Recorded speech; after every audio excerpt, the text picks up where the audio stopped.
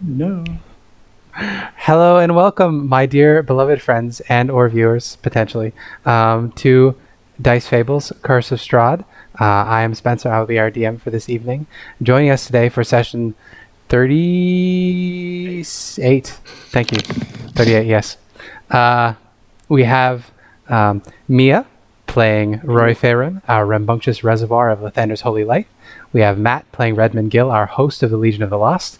We have Abby playing Diana Lothryn, our reliable and I'm going to take that from the top again. Our reliable resident good drow, Diana, and Maiden of Illustre. We have Riley playing Volk Moonchild, our inscrutable but miraculous menagerie. And we have Hibiki playing Ilena Myth, our avenging general and frost maiden of the 10 towns. We send our love to our occasional guest star, Drew, who is living his best life in Ukraine, the best life that he can. We miss you, and we love you, Mr. Breadman, PETA himself. So, what happened last time? Where are we at in the game? What's going on? No one died. We split the party and no one died. We split the It party was a and no one died. miracle. Everything that happened in the last 4 hours of game were happening in like half a minute of game time or something. Yep. So, Yeah, that was close. Yeah, so it was great. Diana, Well, Ilena, and Echo went up to try and deliver the payload of gunpowder to the North Tower, and Rory, Ilena, Red, and Volk went down to Sergei's crypt to try and lure Strahd away. There was a bunch of fights, all taking quite a long time. Oh, sorry, as well. Celina took her gaggle of like small women to find Strahd's vault. So obviously I'm more like I remember better what Diana was doing, but we fought through some spiders, including like a big spider mother that was in the end devoured by her own children.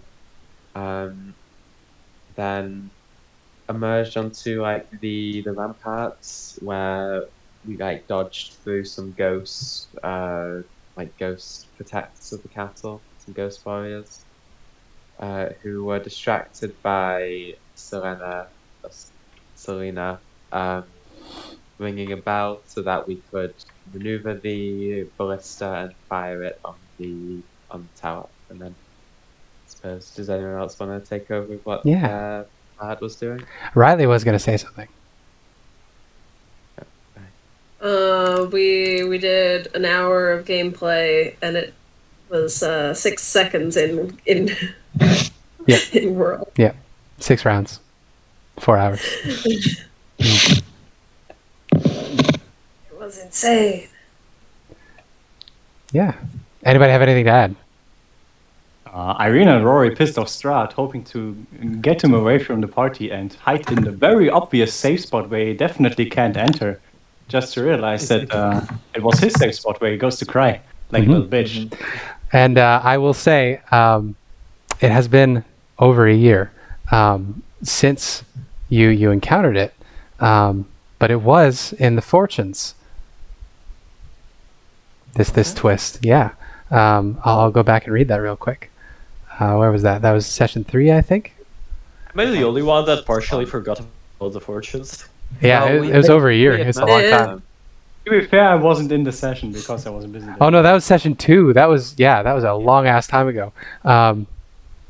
So this was the final one. Your enemy is a creature of darkness whose powers are beyond mortality. This card will lead you to him. And Madame Ava drew the broken one. When lost, you will find him lingering in the tomb of the man he envied above all. Oh shit! Should have known. Yeah. To be fair, we've completed like 90% of them. We've only got like the like Elena's one and the Sunsword. Diana's we haven't yet got to. I think. So it's down. There's no down. Oh yeah, but the Ember Temple, isn't it? Yeah. Diana's is to go back. Yeah, to help out Casimir, Yeah, to help out Casimir. and to fight Rahadin, which you did. And you got space aids. Ireena, Ireena is currently a stone statue. yeah. Rory refused to die and murdered Strahd somehow, followed by Vampire manifesting, and then Vampire trying to murder Rory, and she was like, no. And then Vampire sploofed.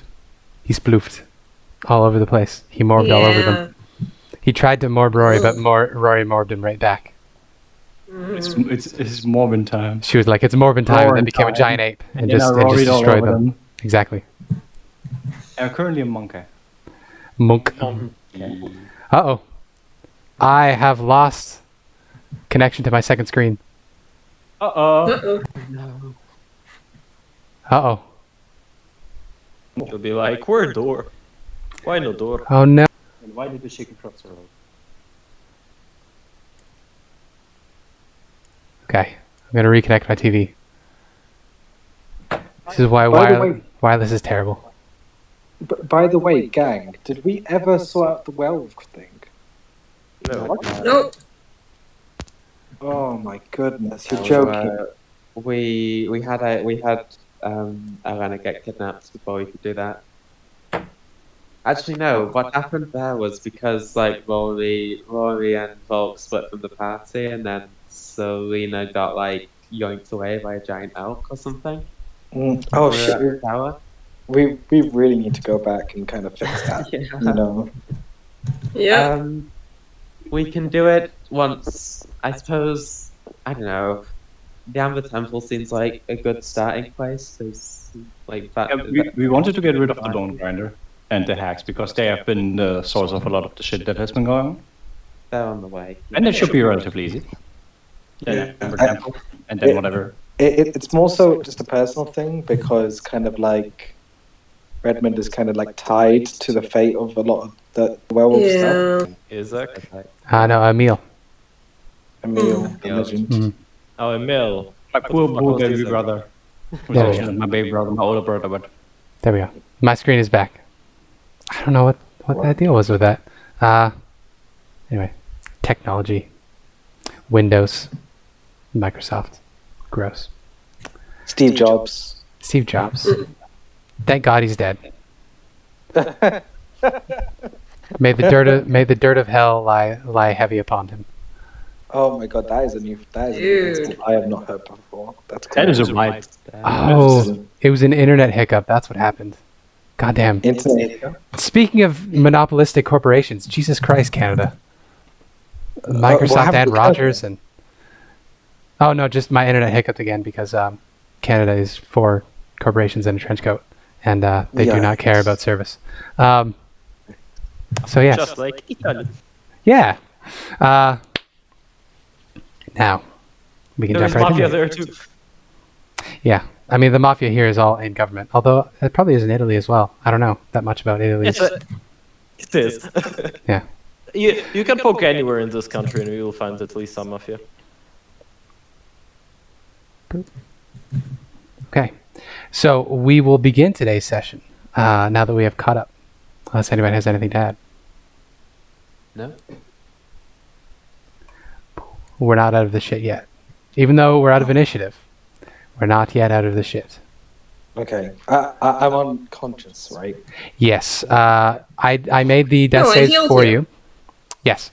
I made the death saves for you, so you survived. And then the last thing that happened is Volk healed you. However, we can actually start with that. Redmond, when you thinking that the Baron that was listed on this tomb would have some ties to Vallaki, because that's the only place you've heard that title, you opened up the tomb, the crypt here, and when the stone fell in, you're exposed to a cloud of brown mold and the spores therein, which invaded your lungs and made you begin to freeze from the inside, and you passed out unconscious in a pile of mold. Art imitating life. Yeah, art imitating life. So, Volk, which spell did you cast to heal Redmond here? I don't remember. I think it was a healing word. Okay, so you don't have to actually touch him. That's good for you. No. But I'm just saying, Just it got would've within been visual. play. range and. Okay. Ugh. So Redmond, you come up with, I think it was 7 hit points. Or 14. Yeah, absolutely. Okay. So Redmond, you awake in this tomb, just covered in brown mold, and it's rattling around in your lungs. You got a bit of a cough now because of the spores, and you're freezing cold. You have a level. No, he wakes with 13 health points. Okay, 13 hit points. Because I rolled 7 plus 6. You don't take any more exhaustion from being in here, but you know if you're in here too long, you will. So what do you do? I mean, I'm gonna get out of the mold. I'm gonna I don't know. Can I just I mean, how do you get rid of mold in real life? Right? You just dust it. Wipe yourself off really well. Yeah. I'm gonna wipe myself off. Yeah. I'll do the 5 hit points thing to remove a disease if there is any disease. That might be a good plan. So you can absolutely do that. While you're dusting yourself off and extricating yourself from this crypt, why don't you give me a perception check? I will be right back. I'm just going to pop to the laptop. That's very okay. Be back I can roll one for you as well if you'd like to stay in bed. Oh, that'd be great. Great, You yeah. won't tell me the outcome just yet. Okay. I won't tell you the outcome just yet, in case you want to use a hero dice. Yeah. This is great. You're having a full, what's the word? All expenses paid, full-time luxury D&D. This is actually the dream. Thank you so much. You're welcome. I'm sorry. I've just been so fatigued. Yo, it's okay. You have one lung. It's not your fault.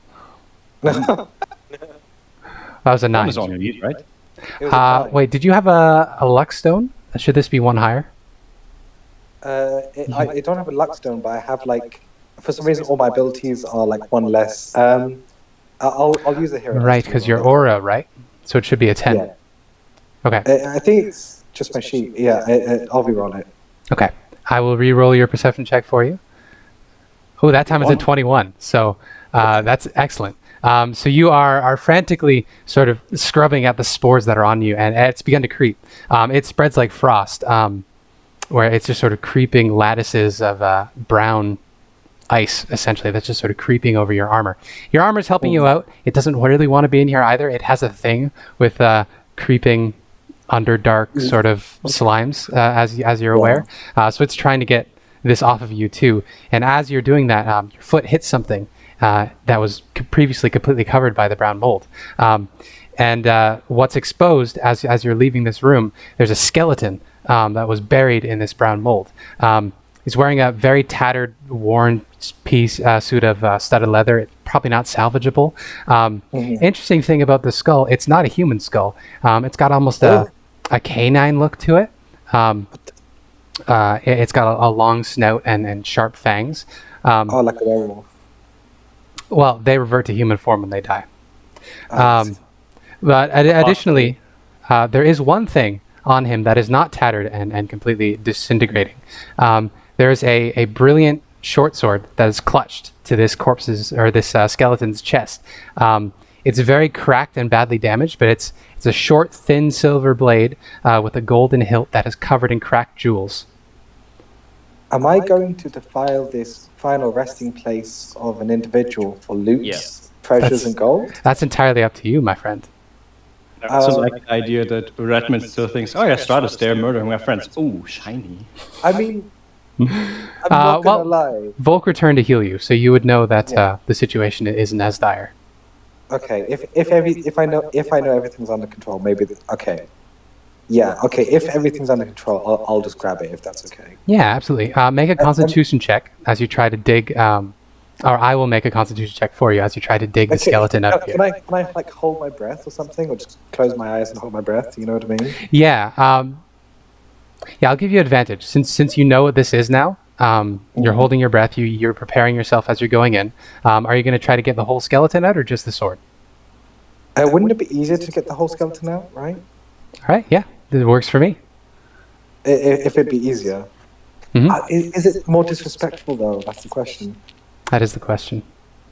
Grave roaring is grave roaring, my dude. I don't think it gets much worse. I mean, you would Okay, obviously find a corpse, which is even worse. I guess. I mean, he died and then got eaten by mold, so I mean, it's probably not going to be a worse Yeah, fate to be out of there. You know what? That's actually a service. I'll rebury him. So That I'll just grab works. this. Yeah, That I'll works. grab the whole thing.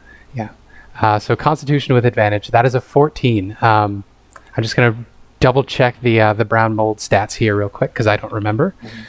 Is it normal brown mold? Because if it is normal brown mold, it's only when I end my turn in the space. You're correct. I'm just reading it right now.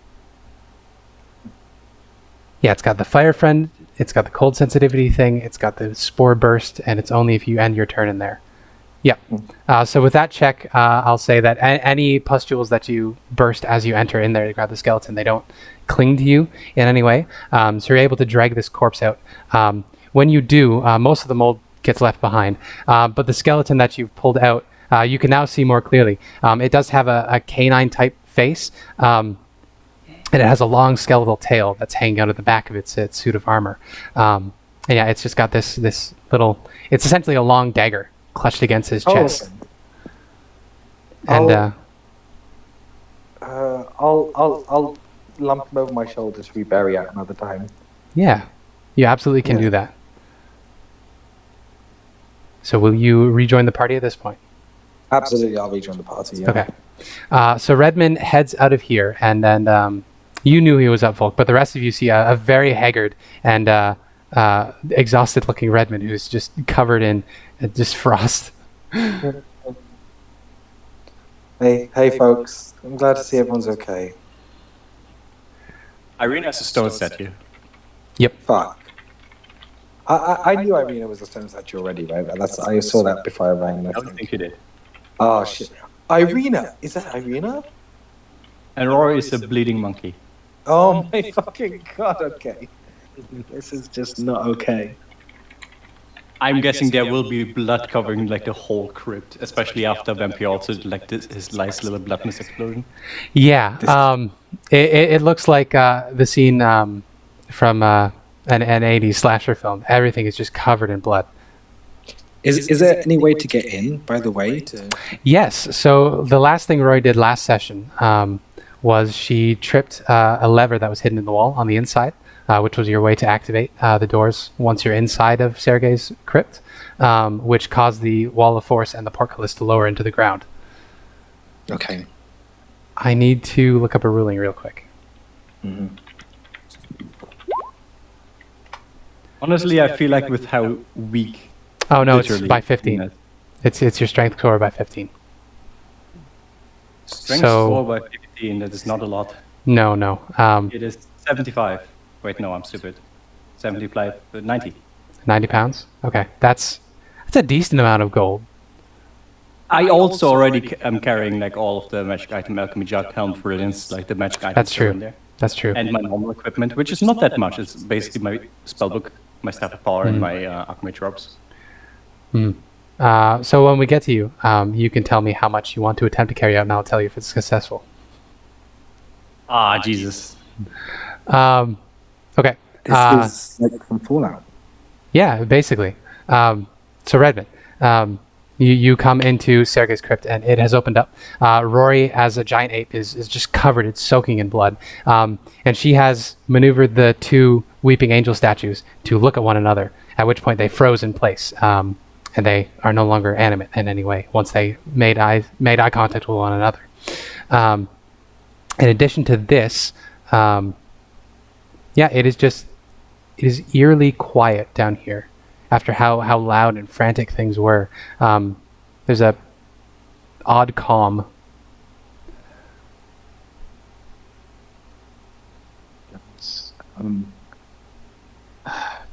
Volk, you there?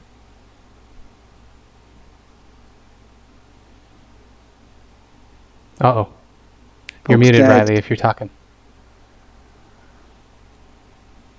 Volk's double dead. Yes, I'm here. Hey. We survived this. We need to recover and rest. We need to find out how we can best heal Ilena from this. There must be a way.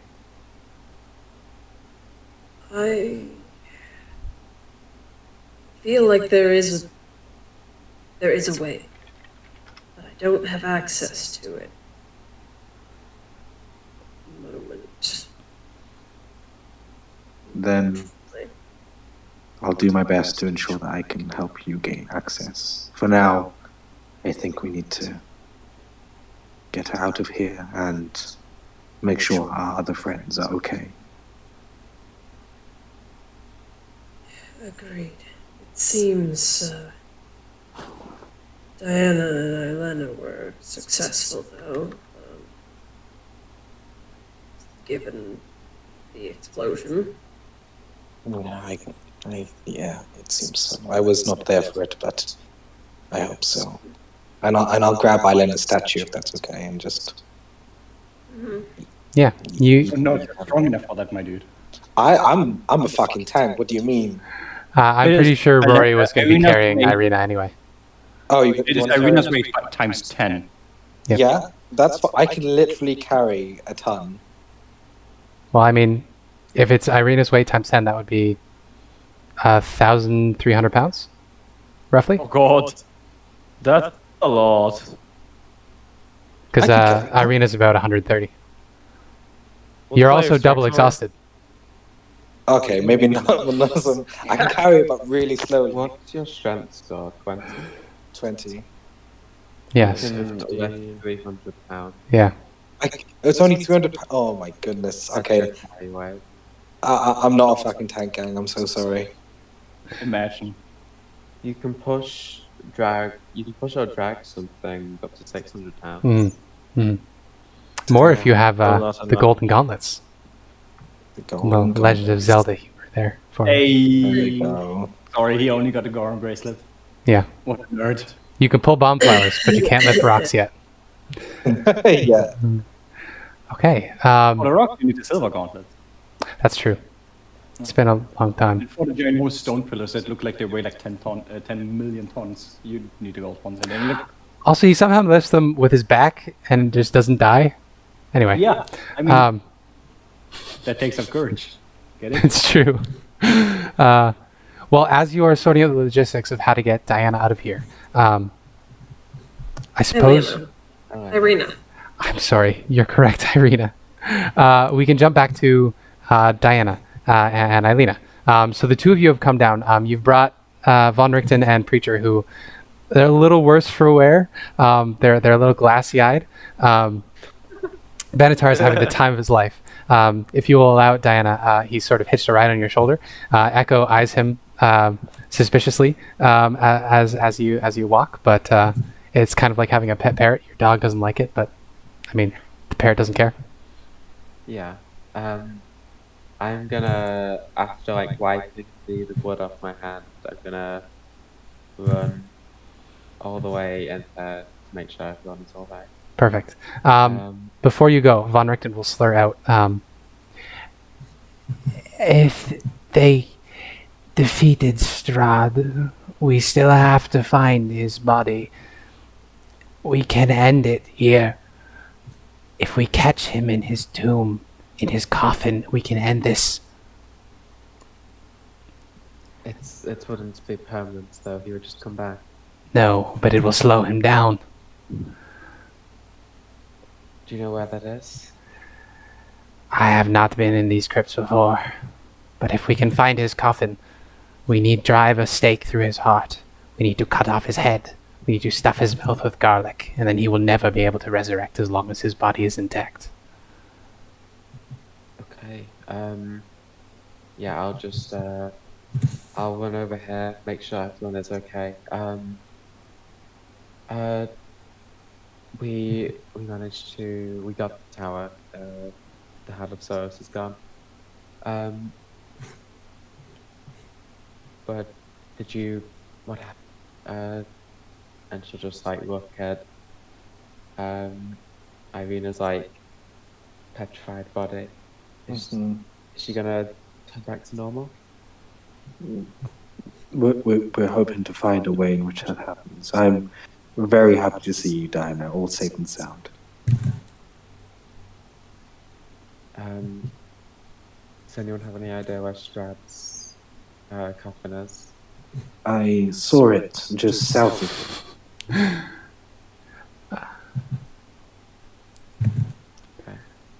Um, I'm stuck. Yeah, I was yeah. still in the- No, I'll we're not just in drop initiative the, anymore. I'll drop the polymorph. Yeah. Okay, let's Monkey. Boop. let's get to it then. If he Remington says if we chop his head for the stake of his heart, then he will be stuck like that until someone removes it. So Of course. yeah, I'm just gonna make my way Yeah. Redmond to the south. So I'm just gonna keep going. Yeah. So if you're headed out first, you absolutely can head to the south. You will get there first. You are met with Strahd's tomb, which is surprisingly unadorned. Above the door, down here in the south, above the door it says, Count Strahd von Zarevich, Prince and Lord of Barovia. Okay. The passage into the tomb itself is blocked by a portcullis, same as on the other side. It's raised up from the ground. This one, however, you can actually touch. There's no wall of force in front of this portcullis. All right. I suppose when everyone else gets there, I'll just say, do you have any idea how to get this portcullis open? I can try lifting it. Well, you did try lifting it. That's when you noticed that the mechanics are that they just sink into the ground. You pushed on the pull door. Why don't we try bending the bars? Oh my goodness. Yeah, that's a good point. But there's shit, what was the way that we discovered how to open it before? Like Lever on the inside. it's on the inside. Mhm. There's a lever somewhere on the inside. Mhm. Would I potentially know where it would be, or is this something Mirror would not know? Mirror Rory wouldn't know, but you did activate the one on the other side in Sergei's crypt. That was sort of up in Sergei's crypt. It was to the left here, just sort of recessed into the wall, dungeon crawler style.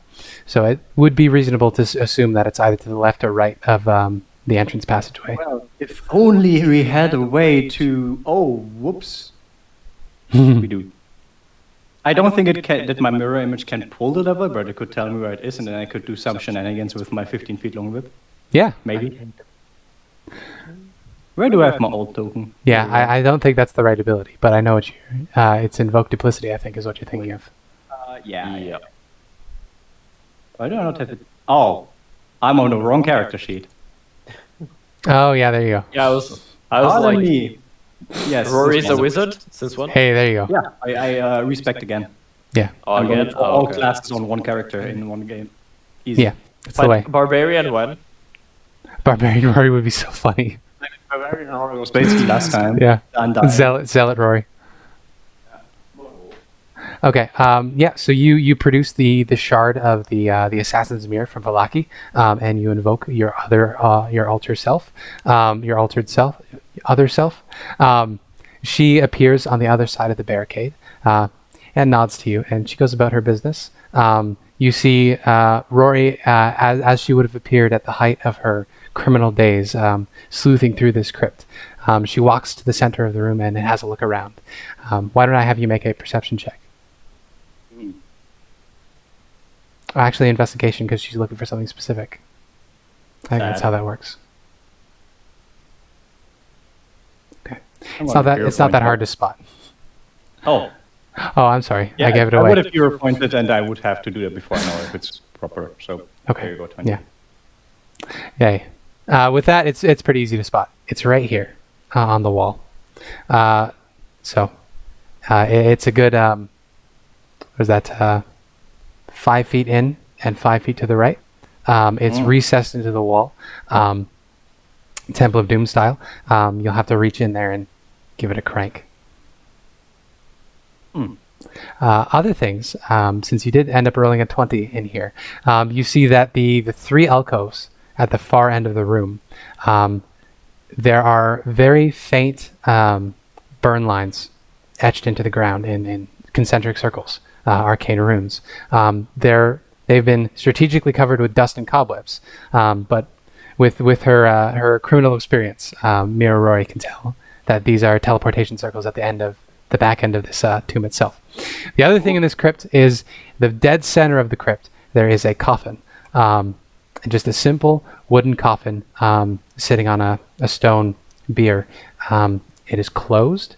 That's the only things in here. Otherwise, it's that similar black stone that all of this under area is carved from. Yeah, I would, considering that my mirror Rory is just a reflection and not actually physical, I think. I know it can cast spells and it can change the looks, like who looks where, but don't think she can actually pull stuff. Yeah, you can cast spells from her, but you can't interact with stuff because it's just an illusion. Yeah, sadly, I don't have like Merchant or something. I don't have like Light Guidance, Sacred Flame, and Thaumaturgy. All my other spells are spent. Mage Hand would have been helpful. Yeah, imagine. I don't remember if clerics get that. Well, you are a trickery domain, so you should. Oh, yeah. So Ella's what I would try... fairly small. Would she be able to squeeze through the bars? Yeah, so the bars themselves, they're about 8 inches, or what would that be in centimeters? Like 30 centimeters apart, roughly? Oh, like yeah, that's plenty of Smaller space than that. for Less than 30. Smaller than that. It's like that, Little cat basically. A could cat squeeze could through. probably get through. Dog might have a hard time. But Hella is a puppy. Well, she's a puppy. Yeah. We can try with the dog. I think her stat blood. So Otherwise, she goes through, and she tries to jump up and hit the. Yeah, why don't you give Hella an athletics check just to see if she's able to pull this off? All right, so let me open up her stat sheet, character sheet. That's It's more going to be about her aim than anything, because she is only a puppy, yeah. and she is half dead. Athletics. Strength -4. That's a crit. Natural 20. Yeah. So with the crit, Hella got a 16, which is excellent. Samira Rory watches this feeble little puppy, does a leap and just miraculously reaches the right height. She scrambles a bit at the edge, but she manages to get her mouth around the lever recessed in the wall, and using her very small body weight, she leans backward, and the lever trips, and the barricade that the rest of you are looking at slips into the ground with a hiss of metal on metal. Amazing. Beautiful. Good job. Oh, All right. There. I would like to point out I still have my holy symbol and it's still radiating sunlight. It's important Because it to remember. might be important. Yeah.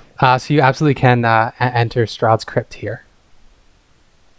Everybody piles in. Yes. absolutely.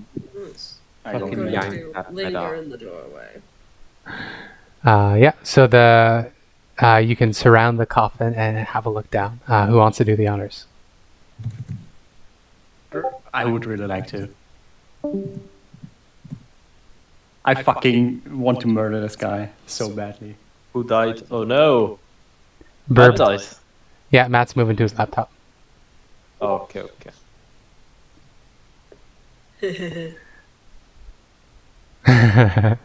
Finished eating so I can turn my camera back on. So as Matt sets up his laptop, we can hold on a second. Suspense building.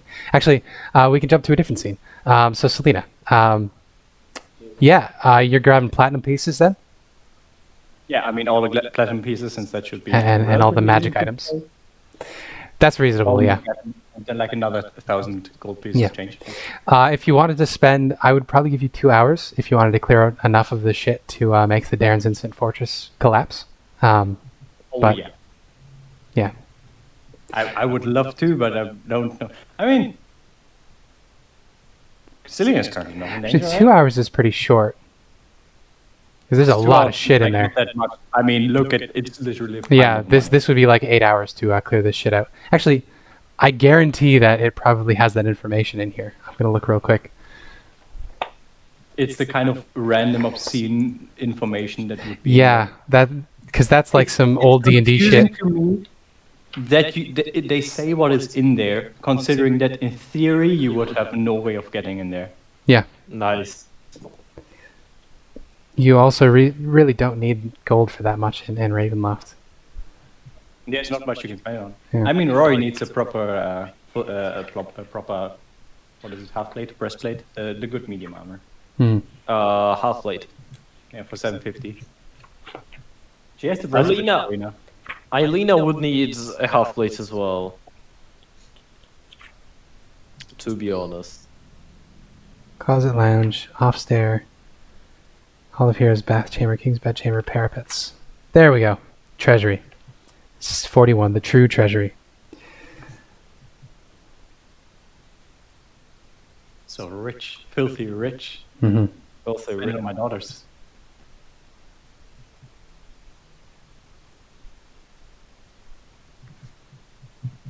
It does not say how long it would take.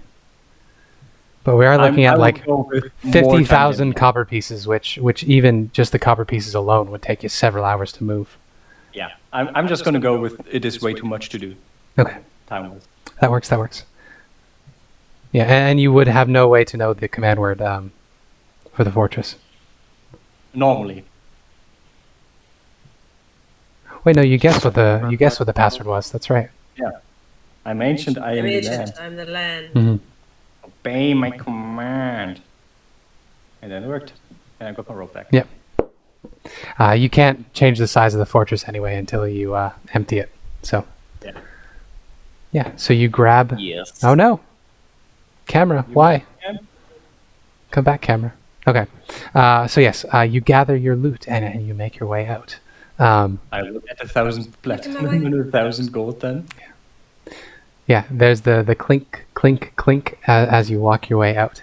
Team has a lovely calculation for the total weight with the coins.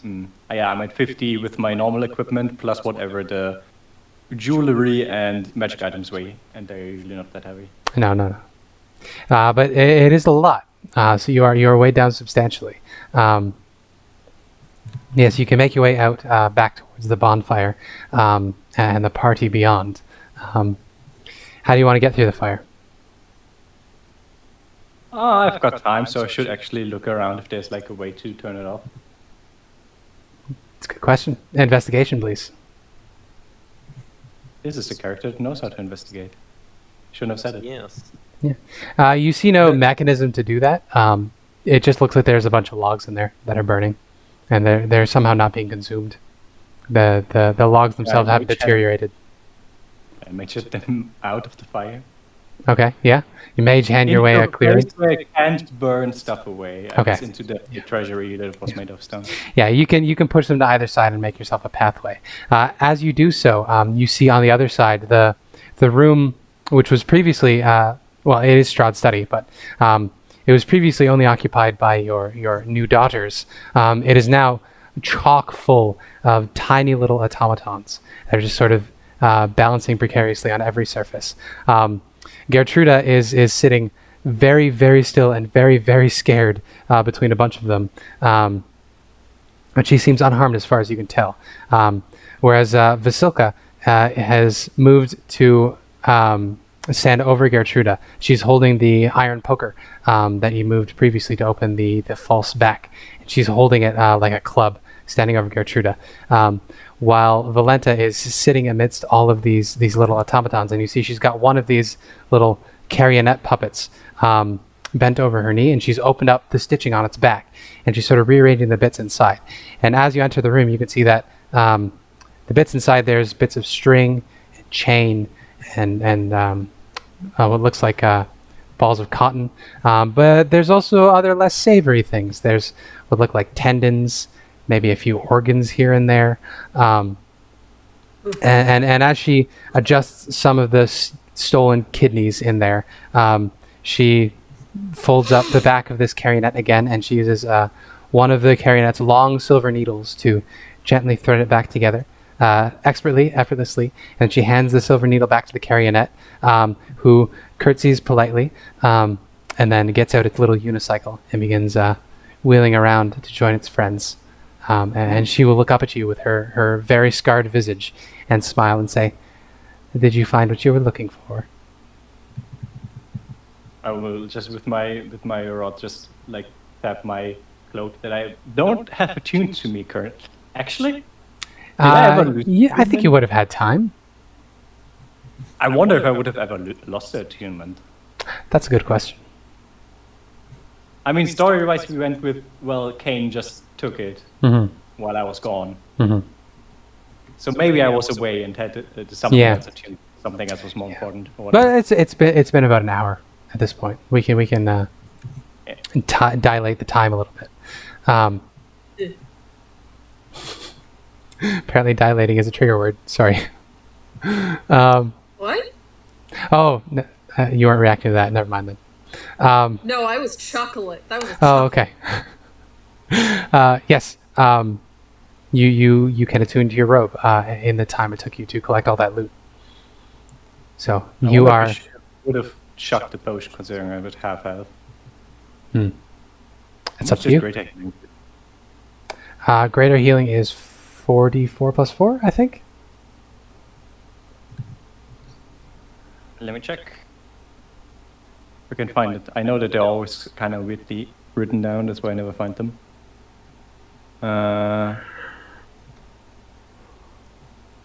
Why can I not find it? I have Potion of Healing. Does that have all of the different ones in there? Yes. No, it doesn't. In the magic item list, it should say. Oh, I lost somebody. We lost Sora. Sorry, I had to go. I have to go. Yep. Yeah, We wish her well. exactly. We are easy. I'm guessing she would drink a potion. Okay. So 44 plus 4. Mm-hmm.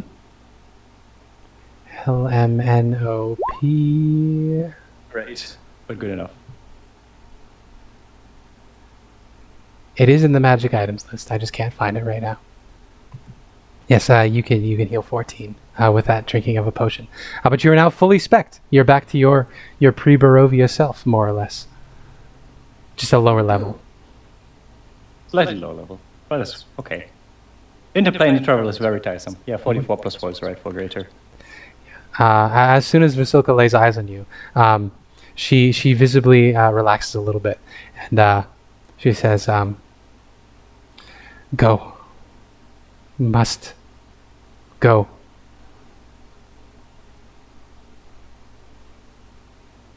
Everything okay here?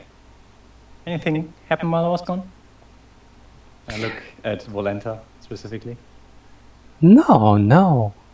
I was just showing my beautiful little sisters here how I make my little friends.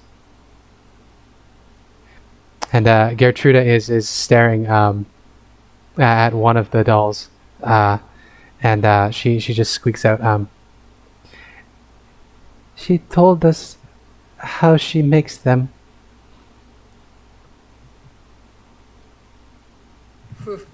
And Valenta smiles and she says, "Yes, it's a very simple process." Welcome back, Matt. Thank you very much. Quite a collection you've got over the years. Yes. She motions to a lot of them. She says, "That one there, that was a Goliath, if you can believe it. He was very big. I think..." Very small now. Yes. It's funny. I think he died at a windmill. Then she looks over to a different one. She says, "That one was a dragonborn. She was very hardy. Strahd got her in the crypts when she was trying to steal some of his items." And she looks to another and she says, "This one was a cat person. He was very cute and snuggly. He also died in the crypts." And she just continues on that list, just listing off the various adventurers, how they died, and if you will allow her, she'll go into the description of how she picks their most important parts to put into the dolls so that they retain the best parts of them. It is very macabre, very scientific. It's like listening to a child describe how they build Legos. Um, But it's with Orions. Yes. I would tell her, my dear, I think it is. We should keep that for another time. Seems like her sisters are a bit tired. okay, We are done here anyway, so good. Well, take the rest of them. Leave me and my Strahd alone. Thank you for getting rid of the other brides. They're really miserable party poopers. They never liked me.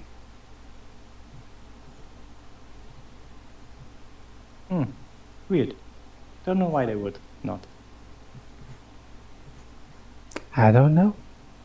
Ludmilla was all grumpy and judgmental, and she wanted Strahd all to herself, but Strahd never loved her. And Anastasia, oh, she was always about with her music, and she was about with her paintings, and she said that my art wasn't real art. She said I was a disgusting little freak, and all she wanted to do was do her silly minstrel stuff.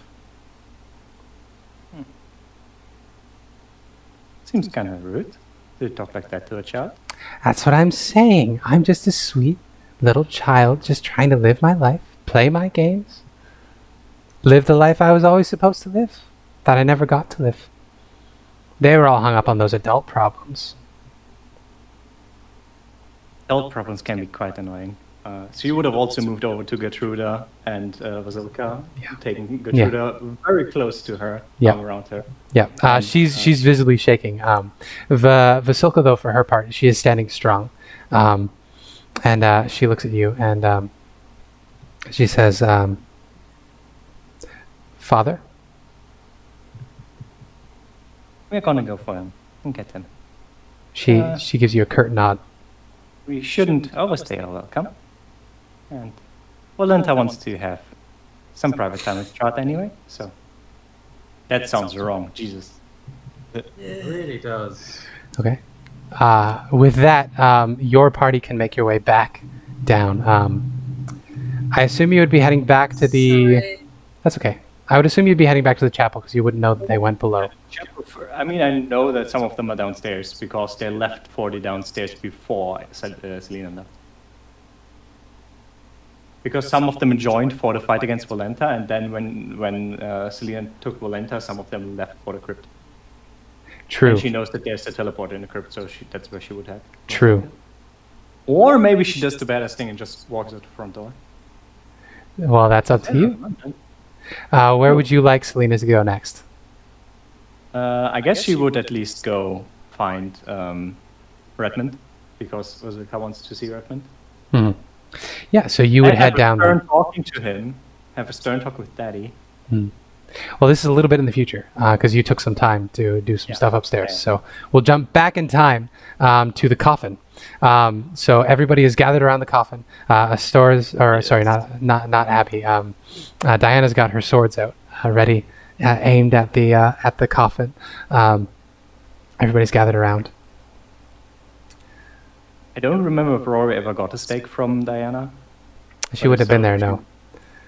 Ilena's was spent, so Redmond and Volk. And then Diana herself. Ireena to what Ireena is. Yeah. Ireena was gone for them. Yeah. Yep. Ireena's is currently stone. Yeah. Also for Redmond, because you weren't here at the end.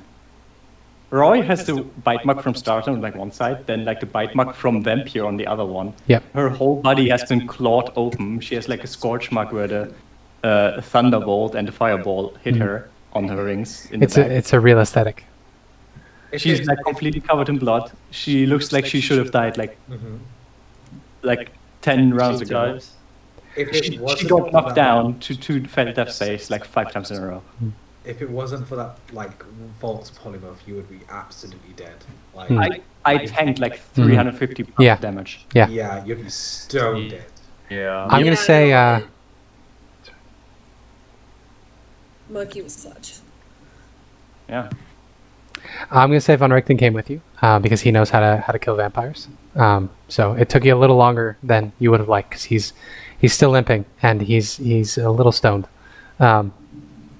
But yes. I'll be faster than him. No, everybody's really tired at this point. Yeah, so everybody's surrounding the coffin. Who would like to open the coffin? Rory has 6 strength. Do we have someone who really wants to open the coffin? Because if not, I'll just open the coffin. I really, really want to fucking put a stake in his heart. All right. Okay. So Rory's ready with the after stake. I suppose somebody can loan you a stake. Yeah, I'll loan I'll you give you. mine. Okay. I'll 2 open the stakes. coffin then. Okay. Okay. Yeah. So it's not that difficult. It's just a simple wooden coffin. It is well made. You recognize the handiwork of Henrik van der Voort, the coffin maker of Valaki, who has died at your hands. I think it was Ilena's hands. Was Ileena or Rory? Anyway. Pretty sure it was Rory because he was the one that It killed was the- Rory. It was Rory. All right. Same with the fisherman Yep, and yep. the weird noble in the Reformation Center. Yep. Somehow Rory got less edgy over time. I killed like 6 normal people, I think, or something like that. But yes, Redmond, you can lift the coffin lid, and within you see there is a very well packed and preserved layer of earth, grave dirt, at the base of this coffin, and curled up in a ball, just tightly holding his sword to his chest. You see Strahd laying in this tomb. He is naked. Other than the sword and a pendant with a red gem around his neck. And he is just soaking in blood. He looks like a newborn baby in the sense that he's just sort of covered in bloody afterbirth of vampires' avatarness. I can't kill this. And he's shivering. I certainly can. As you raise your stakes, you overhear Strahd's shaking voice as he says to himself, I am a monster. I hurt people. I have always hurt people.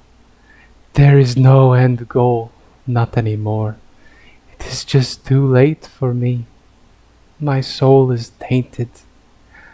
I'm damaged goods. No one will have me. And it's my fault. It's all my fault. I am a monster, cursed with the knowledge I could have been a man, and I can't end it. How often I've looked into the mists, that roiling chaos of eternity, yearning for nothingness, to rest, to forever sleep. I cannot get out. I cannot die.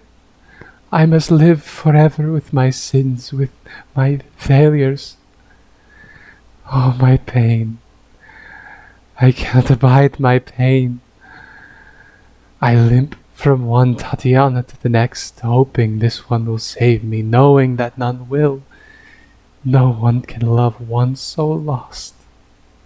No one can save one so evil.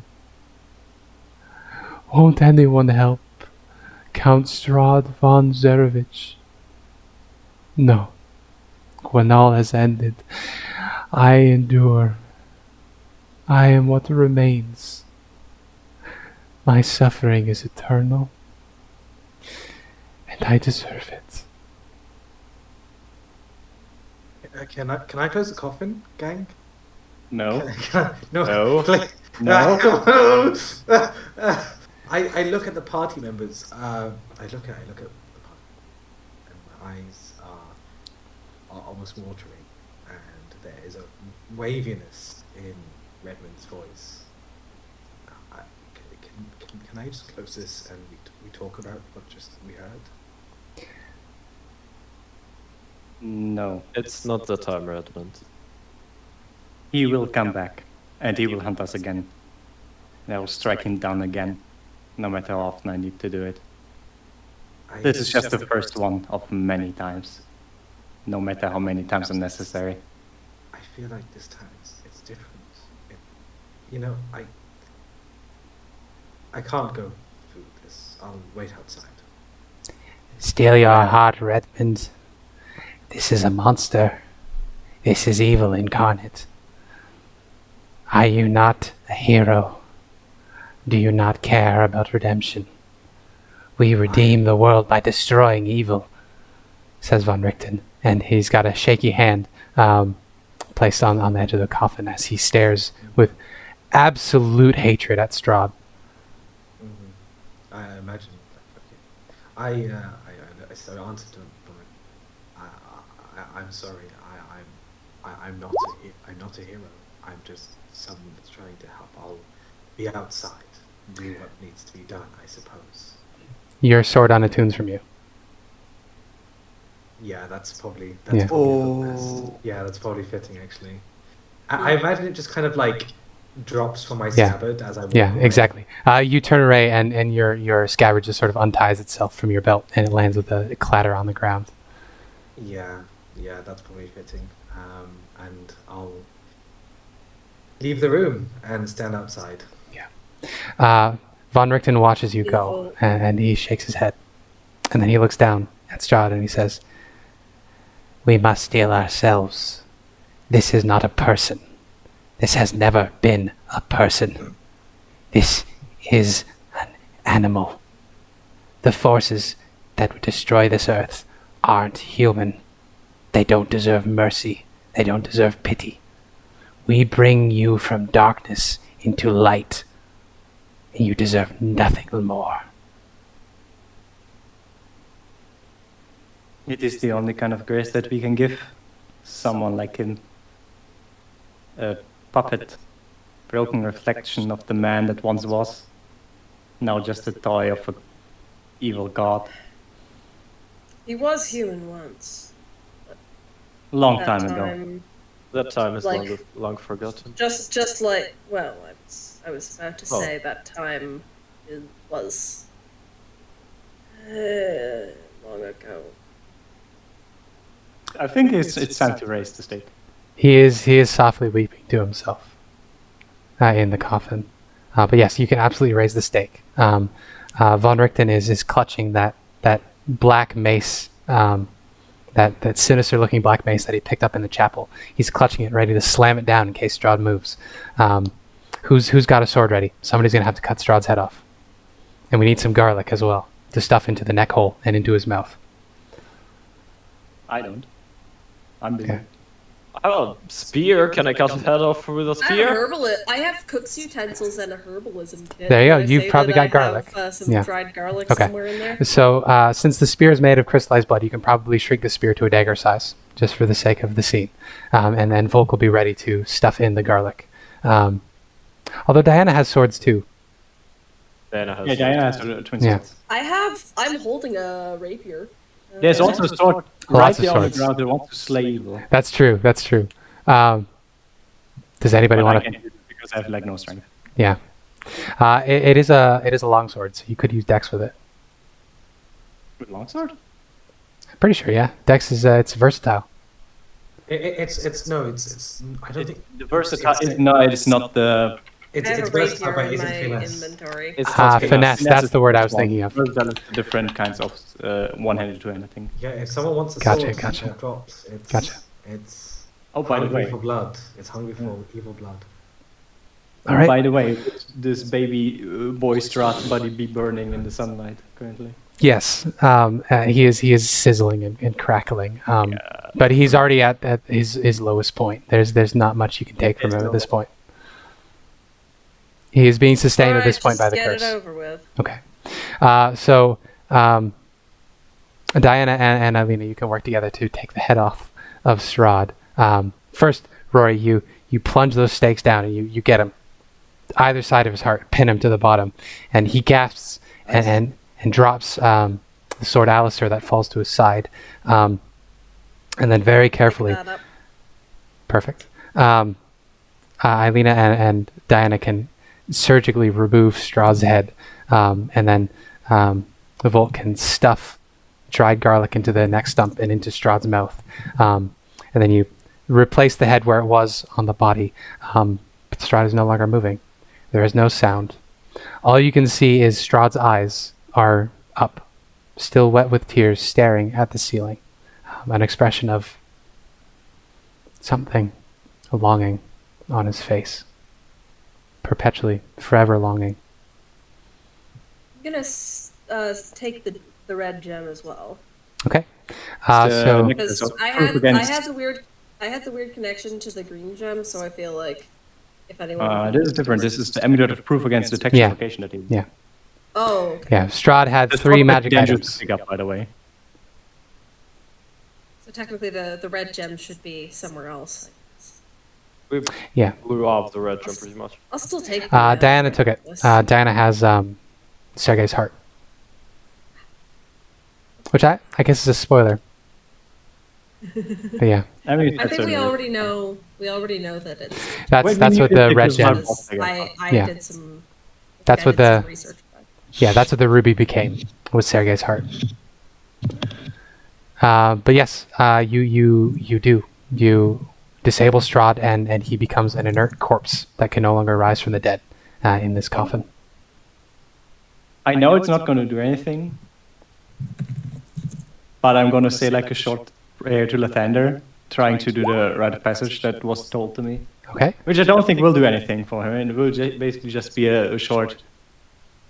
We will banish the darkness and bring the dawn to bring you into light and shine light on the sins that you have committed. Rory hears a whisper in her ear. DeSantis is now perpetually with you guys, just watching your every move. He whispers in your ear, and it makes every hair on your body stand on end. It says, he says, "He isn't ours to take. Like you, he belongs to another."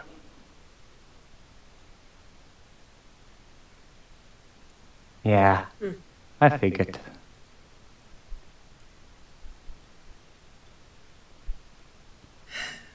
The little drop together with the, yeah, you're also fucked, like him. Yeah. As this revelation dawns on you, you hear a rumble.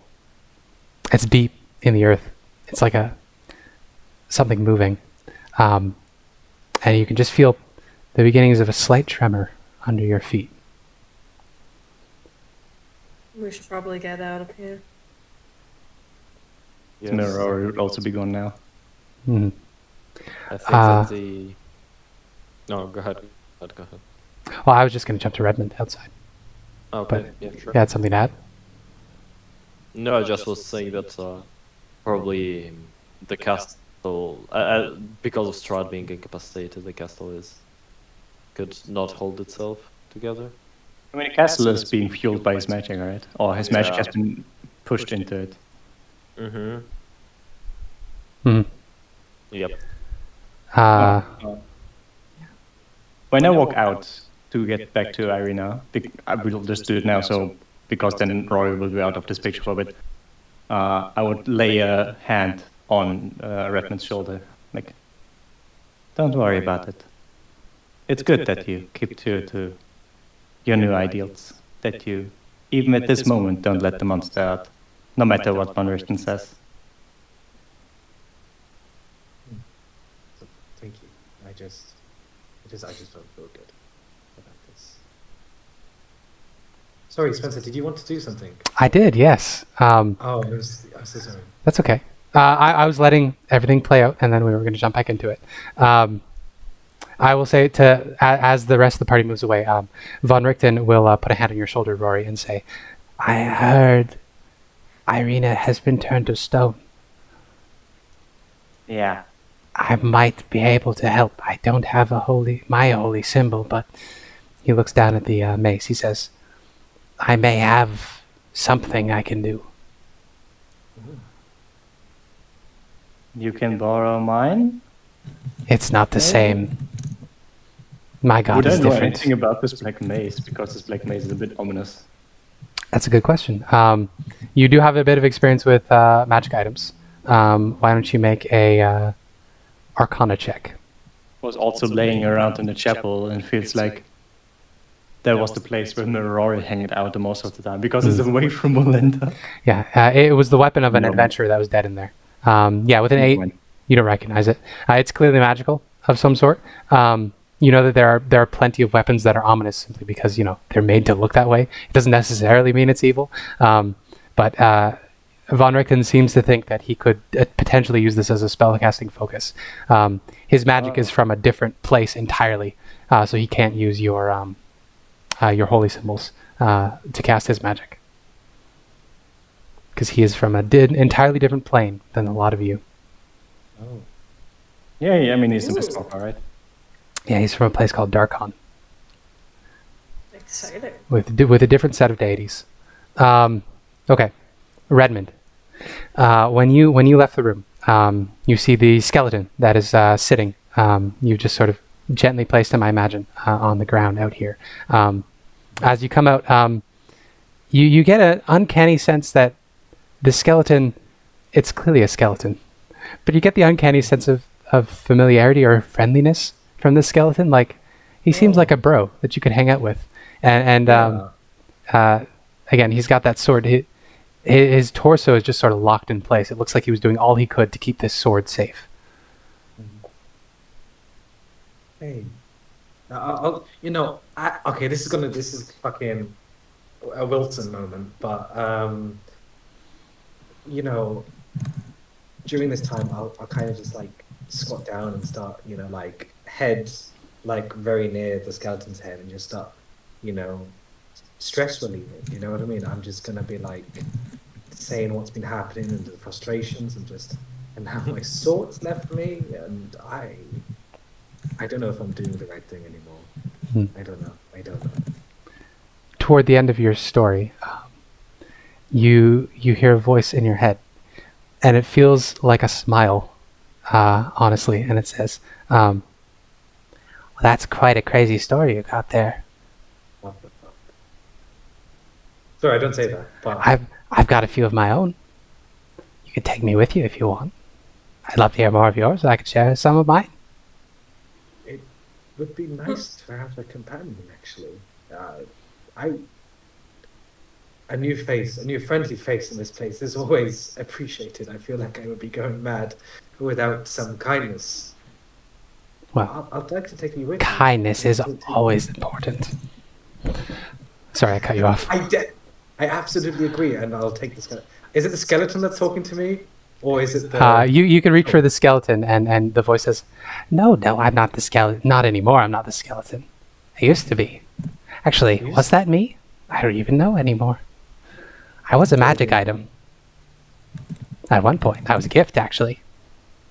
But then, I spent a long time in that room. It was very cold. Yes, I imagine.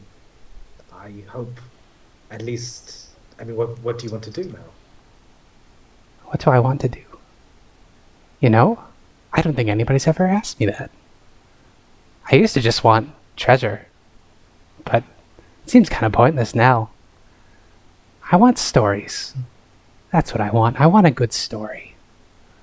Can you show me a good story, human man? I smile in my mind, I suppose, and I say,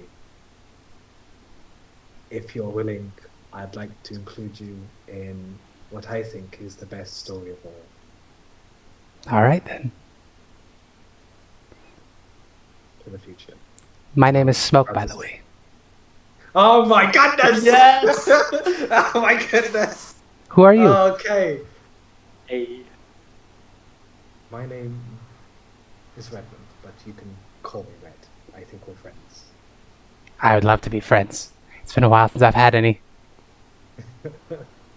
Then Smoke, I think this is the beginning of a wonderful friendship, and I'll grab the sword. All right. You pick up the short sword. It will take you some time to attune to it. It is a luck blade. What's a luck blade? I will share it. It is damaged, however, so its stats won't be entirely correct. Magic items. A luck blade. Boom. Luck blade. So this is a legendary item. Oh, okay. You have a +1 bonus to attack and damage rolls made with a magic weapon. While your sword is on your person, you gain a +1 bonus to saving throws. And once per day, you can call on the luck to reroll an attack roll, or ability check, or saving throw that you dislike. Yeah. You also have the ability to cast a wish using this sword. However, because it is damaged, there is only one use of Witch remaining, and it will not recharge. Okay. And the sword will inform you that this was a gift. In his adventures, Smoke met a race of very powerful ancient beings, Jinn, who he befriended, and he learned a lot from them, and he shared a lot in return. And at the conclusion of those adventures, they gave him this sword, which he then took to his other adventures. But unfortunately, when he went to fight Strahd, the sword got damaged, and so its wish-granting properties were severely broken. When that wish is used, the sword itself will crumble away. But Smoke is happy with that. Smoke's had a good story. He's had a good long run. He's seen amazing things. He will tell you all about his adventures, I'm sure, in the Fabled Lands. But for now, Yes. You said wish my dude, not until you are on your deathbed. For now. Yeah, no, pretty much that. I say, he will grant you one more wish, which was a gift granted to him by his Jinn friends. And until then, you can use him in battle or just on your person. You don't have to use him to fight. Absolutely. I mean, I'll say, I'm so sort of taking the time game, but I'll say to him, I am honored that you would bestow such a gift upon me, but it is a gift that you originally sought, and at any time, if you would like to use it for anything that you would desire, then it is entirely yours. Oh, me? My adventures are over. I'm just a spectator at this point. No, this is you. I'm not going to take this from you. Listen, I learned a long time ago that we have to make these choices for ourselves. And our choices matter. Even when we think no one is watching, our choices matter. So, Redmond, I'm going to trust you to take this wish. And I'm going to trust you to use it for something either spectacular or stupid. I'm excited to see. But from what I know about you already, I know it won't be for anything bad. And that's ultimately what matters. Be kind. Never. It is always worth it to be kind.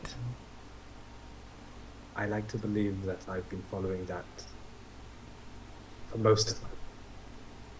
I look forward to hearing your stories, Smoke. I look forward to our future together. And I look forward to playing it in the future. There we go. Pirate Captain Echo. We need more pirate captains. We do. We're followers. We do.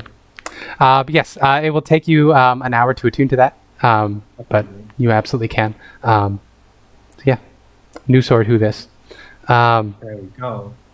Everybody has back around. We can do the Ireena stuff now. So you have reached the statue of Ireena. Von Richten is looking her up and down, and he says, "It's not quite a Medusa's curse. This is something a little different."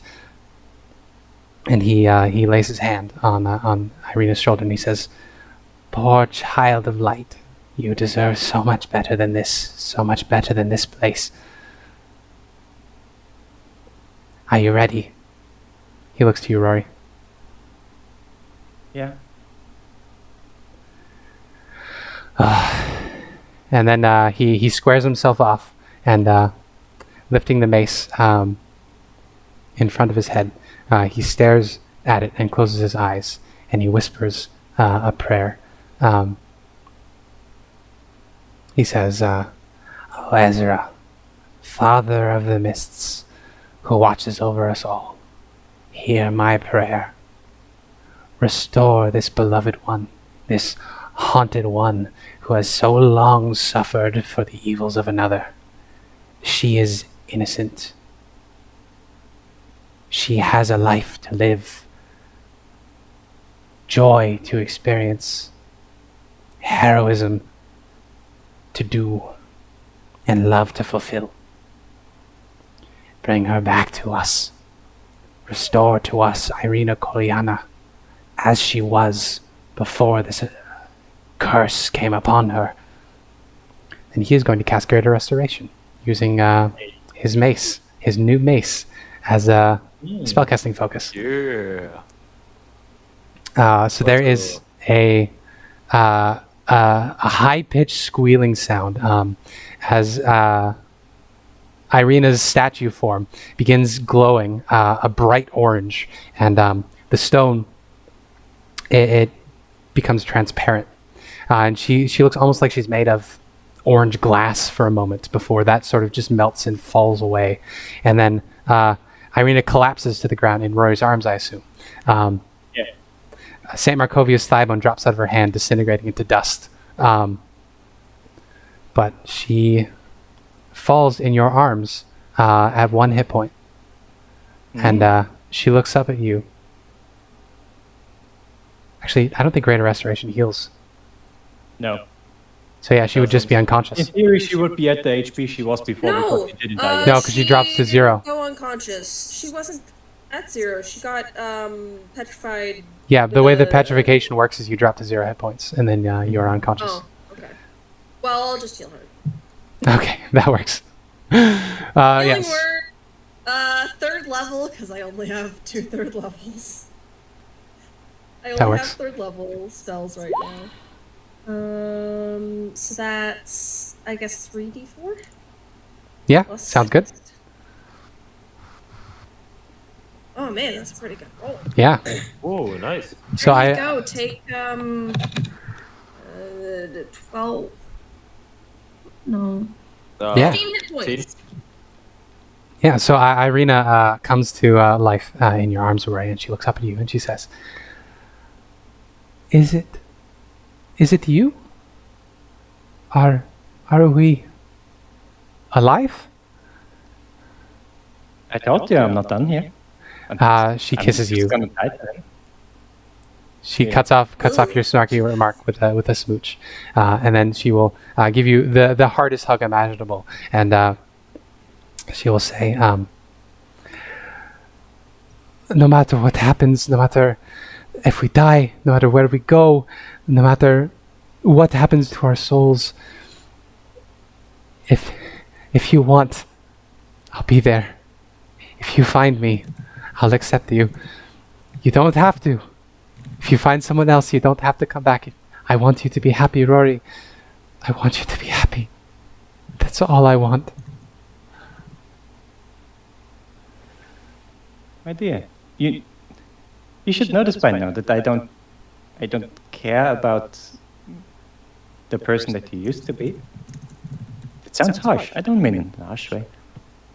I don't care about Tatiana. I don't care about your former iterations. I guess iterations might be the right way. I care about you, and only you. Even if you would be reborn, it's not you. I won't fall into the same chase that Strahd has fallen into. She I smiles. love you, Ireena, not some other person that looks like you. She smiles and tears in her eyes, and she says, "And I love you, Rory. Will you marry me?" Aren't You can't just say this. I wanted to do it when we were in Valaki. Oh. Well, I just almost died, so we can call that, we'll have a mulligan later. Fair. Also, yes. She smiles and she blushes as red as her hair. It is very cute. But by now, the whole castle is beginning to rumble and shake. And up above, Celina, you and your daughters are stumbling as the upper levels of the castle are shaking a lot more. You can hear distant crumbling and crashing. It sounds like the explosion of the northern tower broke things up enough that this rumbling is causing bits of the fortress to collapse. So you're being shaken back and forth like you're on the Millennium Falcon inside of a giant space worm as you are making your way down. Perhaps it's time we made our retreat. Yeah, Ireena, as a wedding gift, I know it's a bit early, but I fucking murdered that guy. I refused to die, we cut off his head, staked his heart. It was very impressive. Now let's go. He's gonna come back anyway, we're gonna kill him again together. She nods.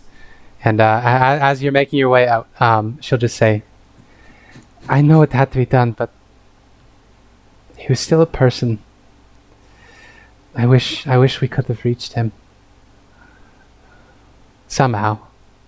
He stopped being a person a long time ago. If he still was more than... what's happening? Something happened. Oh. If we could have done anything for him, we could have tried, but there's nothing left for him to do. For us to do for him. She nods. And she says, I suppose you're right. Feels bad to leave people behind, is all. Speaking of, where's that little fox witch? You ask that, and that's when you come around the corner and you see Celina. You have arrived at the brazier. Preacher is in there, along with no, Benatar's with Diana. So it's just Preacher and Echo. How is Preacher handling this? The shaking. Say he is trying to kind of hurry up everyone that's still in there to fuck off. Yeah. Because everything is shaking, everything is falling down. The Avernus tar that you smoked, it feels like that good kush, but you've had a little too much. Like you've gone past the point where colors are really pretty and things taste really well, and you feel like you weigh 10,000 pounds. So that's what Preacher's dealing with right now. Yeah, Dude. that's not cash money for you, Spencer. No. He's got a very so strong sorry, constitution, which is why he isn't unconscious. Also, Valenta is going. Yes. You left her upstairs. She did not come with you. Good. Yes, now everybody's in the chamber with the brazier. Now, the big question. First off, any talks we want to have for the reuniting? Celina will give Redmond a stern effect. We need to talk later about expectations and about how to care for your shop, my dear. Swear to God, if you call me my dear one more time, I'm gonna snap. No. Vasilka will cut you off with any quippy retort, and she will just run up to you and give you the biggest hug you've ever received from anybody in the entire history of the planet. It is a little too much because you are still very, very tired, and she is taller than you. So she just sort of swings around you, and you have trouble staying on your feet. Exactly. Absolutely. I'll kind of, sway side to side, and I'll lightly hug back and say, "It's good to see you safe and sound. I have such a story to tell you." She smiles and she says, "Stories. Father. What? Love stories." And she touches you on the chin. Because you weren't there. That is your punishment. You have to deal with it. I kind of, when you kind of in a hand, hugging someone, you kind of just put your head back, and then I'm just gonna put my head back and just stare Silk in the eyes, the broadest smile on my face, and I just lead into the hug. Then yes, love stories. You guys are still all alive. I'm a bit surprised, to be perfectly honest. Where's Strahd? Dead. Huh. And with any hope he'll stay that way. Maybe. Who knows? That's good. We should get out before the whole castle crumbles. So Yes, I where did we will go last read the time? poem to you again, because this is a puzzle brazier. You don't know exactly where everything leads. I know we Where did figured we it go out last once, I time? forgot. Cast a stone into the fire, violet leads to the mountain spire, orange to the castle's peak, red if lore is what you seek, green to where the covens hide, indigo to the master's bride, blue to ancient magic's womb, yellow to the master's tomb. What did we Okay. do last time? Does anyone remember? We know that the one was where the bright lies was Ireena's tomb, the Tatiana's tomb. Or where she jumped out of the ruin or something. Or was And it... the other was his coffin. Yeah. The mountain spires was that the abbey. Which one did we take last time? Because Oh that one yeah, we went directly to the I believe last time, we know that you went to Kresk last time. Yeah. Yeah. I don't remember which one that was. I think it was the Mountain Spire, and we thought it would bring us to the Ember Temple. Yes, that is correct. Yeah, maybe. But the Ember Temple is the one where evil gods lie, I think. Yes, Violet. You took Violet last time. We know that's a safe route, so that's my vote. Go where we know. Yeah, That could didn't be. strike me as Valaki, but I thought we had one for Valaki. Apparently not. Reasonably, you Yeah, would, go to Valaki. because Strahd came to Valaki, but he can't actually enter Valaki. So he would have to have some place within. You know, he was in Hundred Vandervoot's shop at some point, but he can't enter Valaki, so he would have to teleport in. I will see if I can find this poem and just share it with you. Then I don't have to read it. Would be lovely. Yeah, it would be really lovely. I feel like you Also, did there were more share teleporters it. in Strahd's tomb. Oh, what was the poem topic? Maybe I can help find it. Yep. No, I got it right here. I just had to copy paste it. Boom. Boom. So we know Violet leads to Kresk. Oh yes, that's it. Yes. March to the Castle's Peak, we've done that. We don't want to go there. Red- Green to the Coven's Hide, we just left there. Indigo to the monsters, bro. Indigo, I believe, that would. I think we deducted that Indigo was where where Tatiana died. Right. So it's either her okay. tomb or the tower. Then yellow, obviously Strahd's tomb. Blue, I'm guessing, is the where the evil gods are. The Ember Yeah. Temple. Ember Temple. Red is- Green, most likely where his parents are, maybe. Yes, yes, And probably. red could be Valaki. Orange would be, well, Castle's Peak, which is currently in ruins. Mm-hmm. Yes. Green to where the coffins lied, right? Yeah, but I mean, that's around the corner, most likely. Is it? I mean, the coffins, my dude, are here. Yeah, but still the coffins. Potentially, it could be the died. one from Sergei. Matt, why don't you roll? No, you're on your laptop now, right? So you can roll. Yes, I can roll. Yeah, Soul? I was thinking because it's like History coffin check. maker. Yeah. right? History check. because you're gonna see if you can put the pieces together. I 12. mean, it makes sense. Like, I'm convinced as a character that it means the coffin maker. You think that means the coffin maker's shop? That is a reasonable Yeah, assessment. I'll say to the party. Wasn't there some sort of connection that was had when we were in the coffin maker? I remember this vividly because I died. There was a connection. Surely this makes sense. To be fair, I died in No, a that- coffin maker's shop. Makes sense. One of many. So do we want to try that? Go directly to Valaki? We can try. Alright. Does Celina Yep, have agreed. a long-range message All right. thing? That is a good question. No, she doesn't. She only has the normal message. Okay. Sending. Well, you can pluck the emerald off of the brazier and you can toss it into the fire. The fire becomes a green emerald flame, a green flame, if you will. Who wants to go first? I'll go first. All right. The Vasilka person who- is not happy about the fire. She's going to need some prompting. I'll kind of turn my back to the fire, interposing between myself and Silk.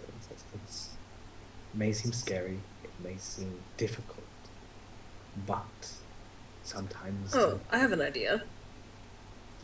sometimes in life, we have to overcome our fears, just even for a second, because just that second is longer than we did last time.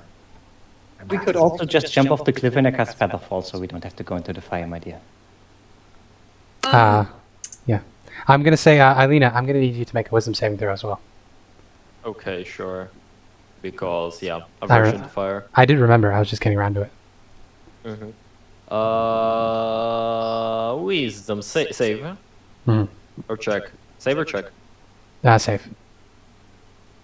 24. You're afraid, but you're able to iron will your way through it.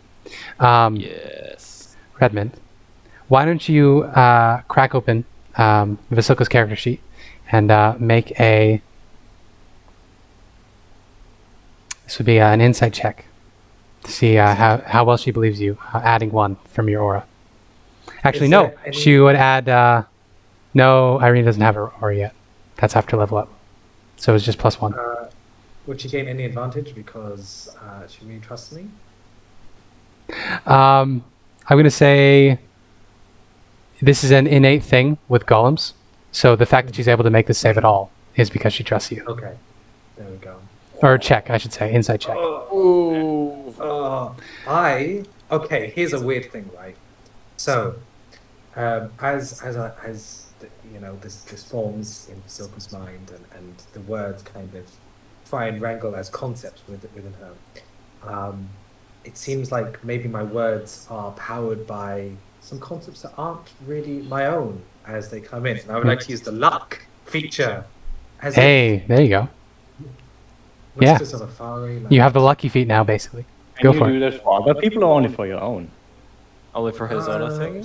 You can call luck to if you, Oh, yeah, that would be for Redmond's no, rolls. if the sword is on your person, you can call on this luck to roll 1 tech saving throw you dislike. Oh. Anything. Well, there you go. It is the lucky feet. There's the lucky feet. Yeah. 8. Yeah, so roll it again. 18. Ooh. There you go. 18. Yeah, so she wasn't buying it, but she hears, both of you hear a gentle voice in your heads and says, "Hey, little one, I used to be scared of a lot of stuff too, you know. But you can do this. You're strong. I believe in you." Oh.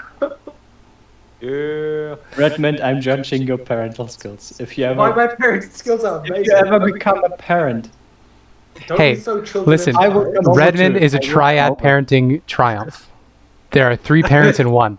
It's great. Yeah, there is now. This is amazing. come over to fucking Britannia, Baton. and I will judge you. Because Because if you do the kind of parenting to a real child that you do to Vasilka, fucking hell. I am never going to be a parent, so it's totally fine. I'm gonna Yeah. save it for Child-free gang, rise up. child free. Hey, I've where's my long banatars? Where's my banatars? I've long decided the amount of love I have for my cat is so much greater than any love I could ever have for a child or another Agreed. human being besides my girlfriend, that it would be unfair to the child. So I'll just get another cat. Exactly. Yeah. So, Vasilka is convinced by the 2 of you, and she is willing to get in. And well, she'll gently pat the armor too, and says, "Armor brave." Oh, Mhm. I imagine it just radiates joy. Yes. But yes, then everybody can hop through, since nobody will be prevented from with their fire aversion. Absolutely. Hope so. It does not burn, same as before. All of you hop through the fire, and there's you are blinded by the light. Go into the fire, everyone. Cast it into the We must all share the same space. So one at a time, you pop through, and you emerge in the coffin maker's shop, There we go. Woo! which I have the map for right here, and I will drop you Oh, in. that's Okay, this big brain play works out. There we go. Wow, look at those old character tokens. Oh, look at Hey. Rory, she's dead. Literally. All I see is a black map. Uh-oh. Unfortunate for you. Oh no, I want to see what's Hang on, good. Volk. Hang Why on. the fuck did they have to hide the vampire brain in the vampire in the crates if they can just teleport in? They're extra. They were sleeping in piles of dirt. You know how it is. Yeah. Yes. So you emerge one at a time into the coffin maker's shop. It's still before dawn. But yes, you emerge into the coffin maker's shop, stumbling and rumbling and rolling. But you catch yourselves, and there's a moment of calm quiet. Okay. We did it. Everyone, and I'll go around hugging the party. I wonder, did anyone ever go into the shop to remove the dead guy and the dead vampire? Yes, there is no corpses up here. We're missing Bentar. Oh, yep. I get through that. My poor daughter. Hmm. My new apprentice. Gertruda. So Valenta's just there vibing in the castle still, right? Yes, she stayed behind. Probably, yeah. Oh, that's I need A problem. Benatar. Yeah, she could decide for the freaking free Strahd, and that's gonna be a problem. It'll be fine. It'll be fine. You want to play with Strahd? Strahd? Who's the other Sorry. character? There's so many characters. Gertruda. Thank you. There's so many characters. It's a big party right now. It is indeed a big party. So Some may there's say large. yeah. Some might also say huge, or gargantuan. Actually, you guys would be a gargantuan token if you all stood in the same spot. Yeah. Just some horrific amalgamation of Yeah. limbs and Yeah, no, we're not quite a gargantuan. We Almost. need three more tokens. 3 more party members. Here we go. Yes, you emerge out that there is a release of nervous pent-up laughter as you just embrace one another and just sort of thank the gods that you're alive. Oh! We certainly No one died somehow. He survived. Alright, I've got one more healing spell. Who's dying the worst? I'm going to. At this point, Roy's just gonna collapse against the crate. It's just gonna. Damn it! I wanted to pass out first. I'm gonna just take just a quick nap. Just Here, take gonna pass out 3d from the exhaustion. Yeah. Von Richten will look at the lot of you and he'll say, 13. well, there are comfy beds of dirt around. I suppose we could sleep like the vampires do. I think. I'll cuddle up with Hella. We could also try and go and get a proper bed because we know the guy that's basically the mayor, It's true. who is my brother-in-law. You're also friends with Yeah. the Were-Ravens. That is true. We are friends with people in power. Let's go find some real beds. All right. Sure. Ismark will be happy to see us. All right. You emerge from the coffin maker's shop in a shambles. Falaki is transformed. It's been almost 2 weeks since you've been here. Wait, no. Just a week. It's been like 10 days. No, We had 5 days of downtime in between in the violin. Yeah. Right. So, it's been a while. Stuff is transformed. A lot of the refuse has been cleared away from the streets. There's no flyers or anything around showing all of the horrendous festivals that used to happen here. As you pass by all the different buildings, you see there are no patrolling guards through the streets. When you reach the town square, you see that the hangman's display has been completely torn down. There's no more gallows in the center of the town. It's just it's a large wooden platform. It's been decorated with some pretty wildflowers around the base, and there's a pedestal at the top for giving speeches. The pillory where people go to be mocked for as punishment is completely gone. No sign of Walter and the donkey heads anywhere. As you walk in, you see that the Reformation Center has been slowly being dismantled, taken apart brick by brick. And as you approach the Burgomaster's mansion, or the Baron's manor, the sun comes up. And it takes you a second to notice that it's the sun. And as you look up, you see the cloud cover is gone up above. For the first time, as far as you know, the sun is rising on Barovia. That's the sun. That's the sun. That's the sun! I never thought I would miss something so basic. Even after the longest night, dawn will come. Roger but mumbles out, half asleep. Yeah. I need to continue with the Defender. Right. Right. And I think we'll take our break there. Good shout. Yeah. God damn. So 5 to 10. Okay. 2 p.m. my time, and whatever that time is for you. I'll see you in a minute. In a hot Would minute. be you leveling up now? Would it be at all relevant for the rest? Yeah, it would be worth it to level up now. You will not be attacked on this long rest unless somebody does something monumentally stupid. Maybe I something wanted- might be relevant. Who knows? I have a wish now. I'm going to completely squander the trust of my beloved companion, That works. kill Yeah. him, and use the wish to summon a horde of eldritch monsters. So what you're saying is you want to betray the trust of the NPC that I've given you to raise and influence. Oh. Oh no! Not again!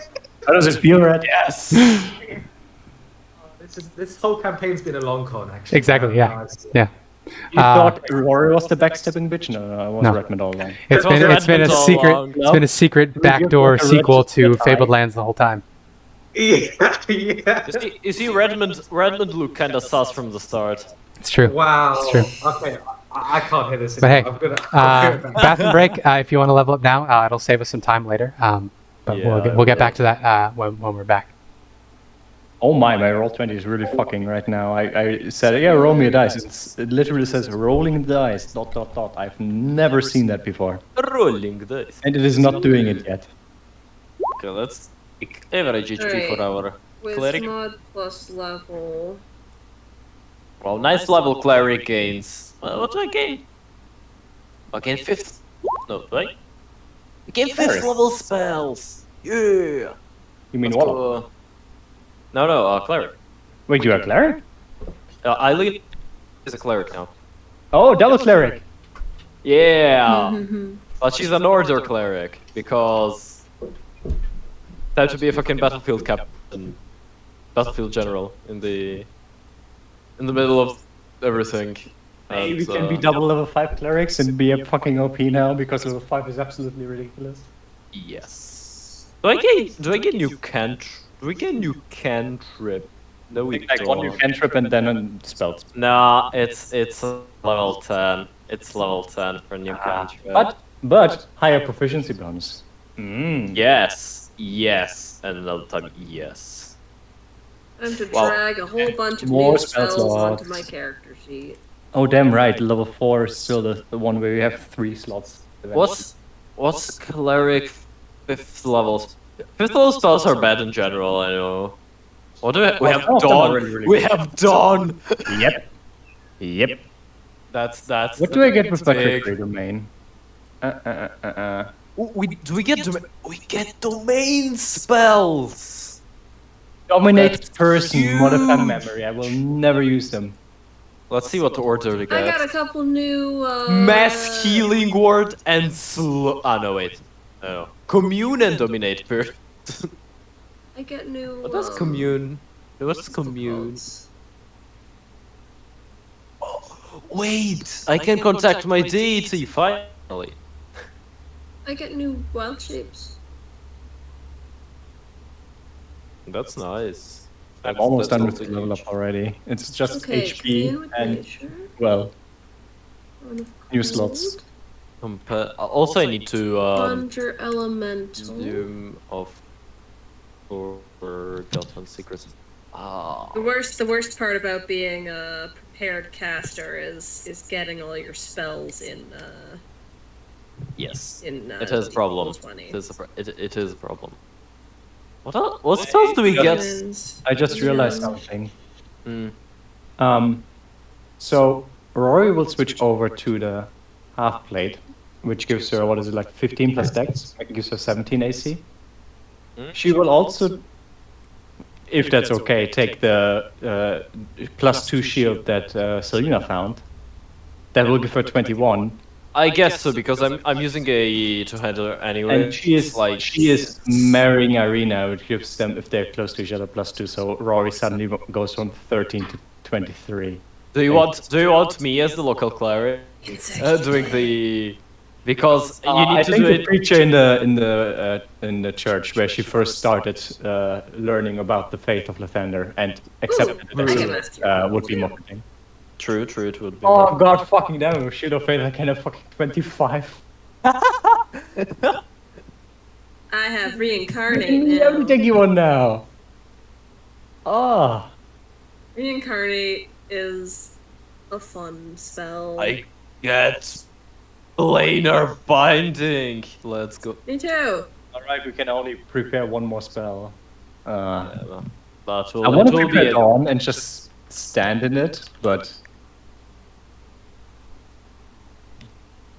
Oh, my cat flopped. I also have tree stride. I Look can at walk the cat, she's floppy. full of stone Someone for the cat, she melted. and rapid nature. Also, Oh, pretty Jesus cool Christ, I have to do the thing with once. looking through a million spells twice. Because I have to do it for Celina as well. Celina is broken though. She has a world of power and she has Archmage drop. She's Yeah. doesn't matter. She's twice as strong as everyone else. Mm-hmm. She kind of was at the beginning because she was just rated to be OP. Holy weapon. Okay, holy weapon is good. What else do we have? Gears. Gears is one of those spells that, like, why? Why would you do that to a person? 5 cleric spells have a lot of. Oh Jesus! You want to be evil? You can be evil. Like Yeah. contagion, Contagion. gears. Hello. Insect plague. Insect plague. Insect plague's great. There's so many I would never want to use on this character, including almost all of the. Where is it? Holy weapon. Almost all of the spells I get from a subclass. Oh my cat, stop flopping.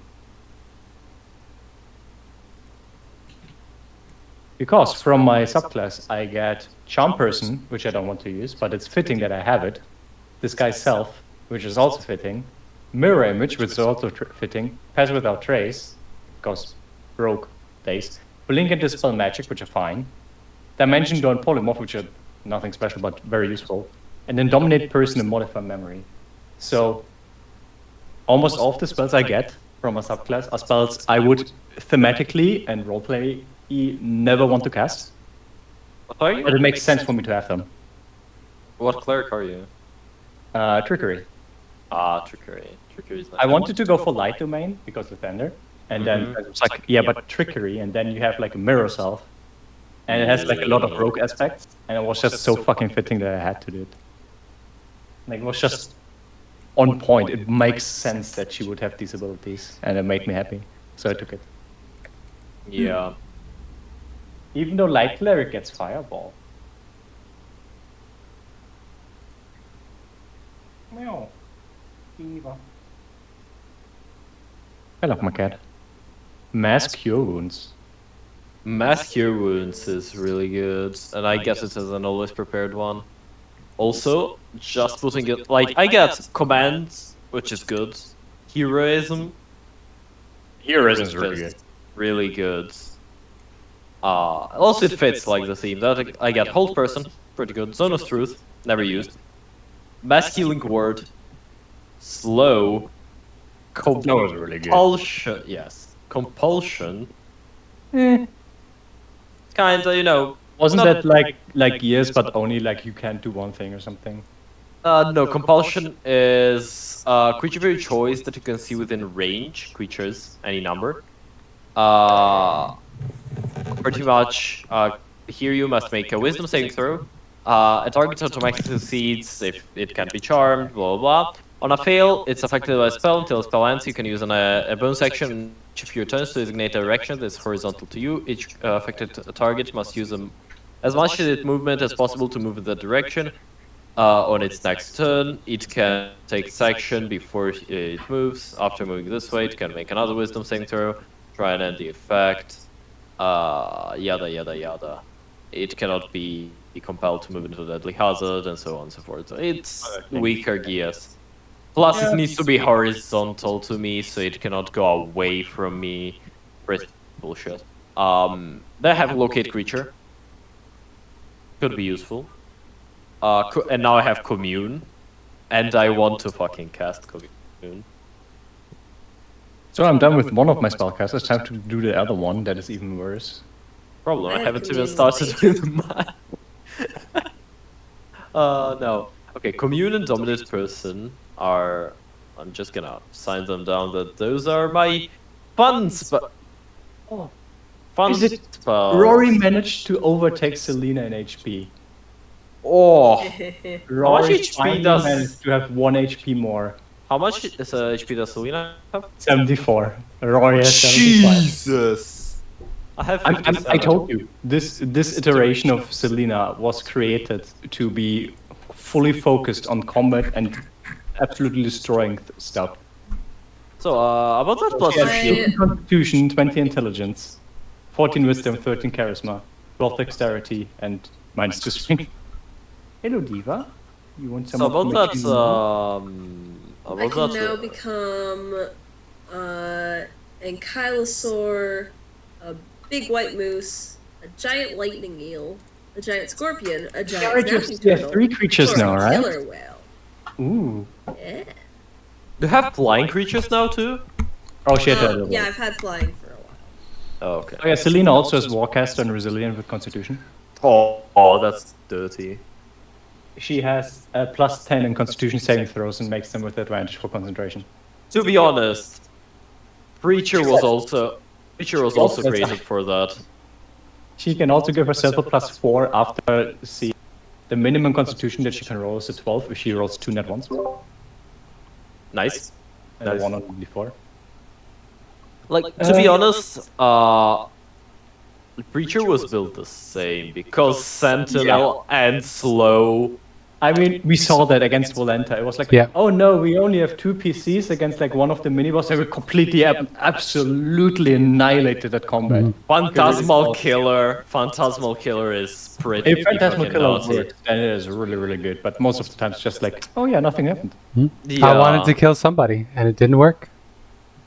But when it You decided to try to do it against the 2 quote-unquote min-max, like super combat-focused characters that were Yep. both kind of the same idea of, we don't have our current character, let's do one character that's just built to annihilate stuff.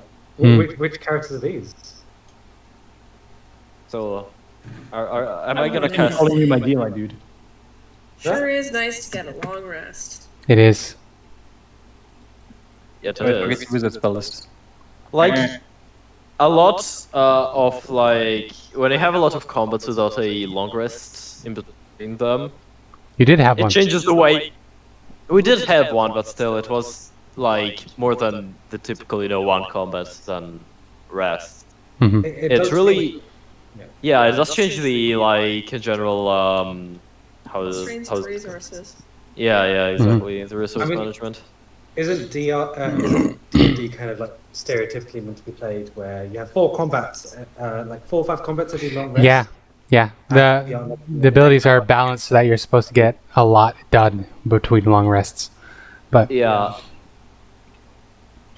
most people don't run that many. It'll be like at most 3 encounters in a day. Yeah.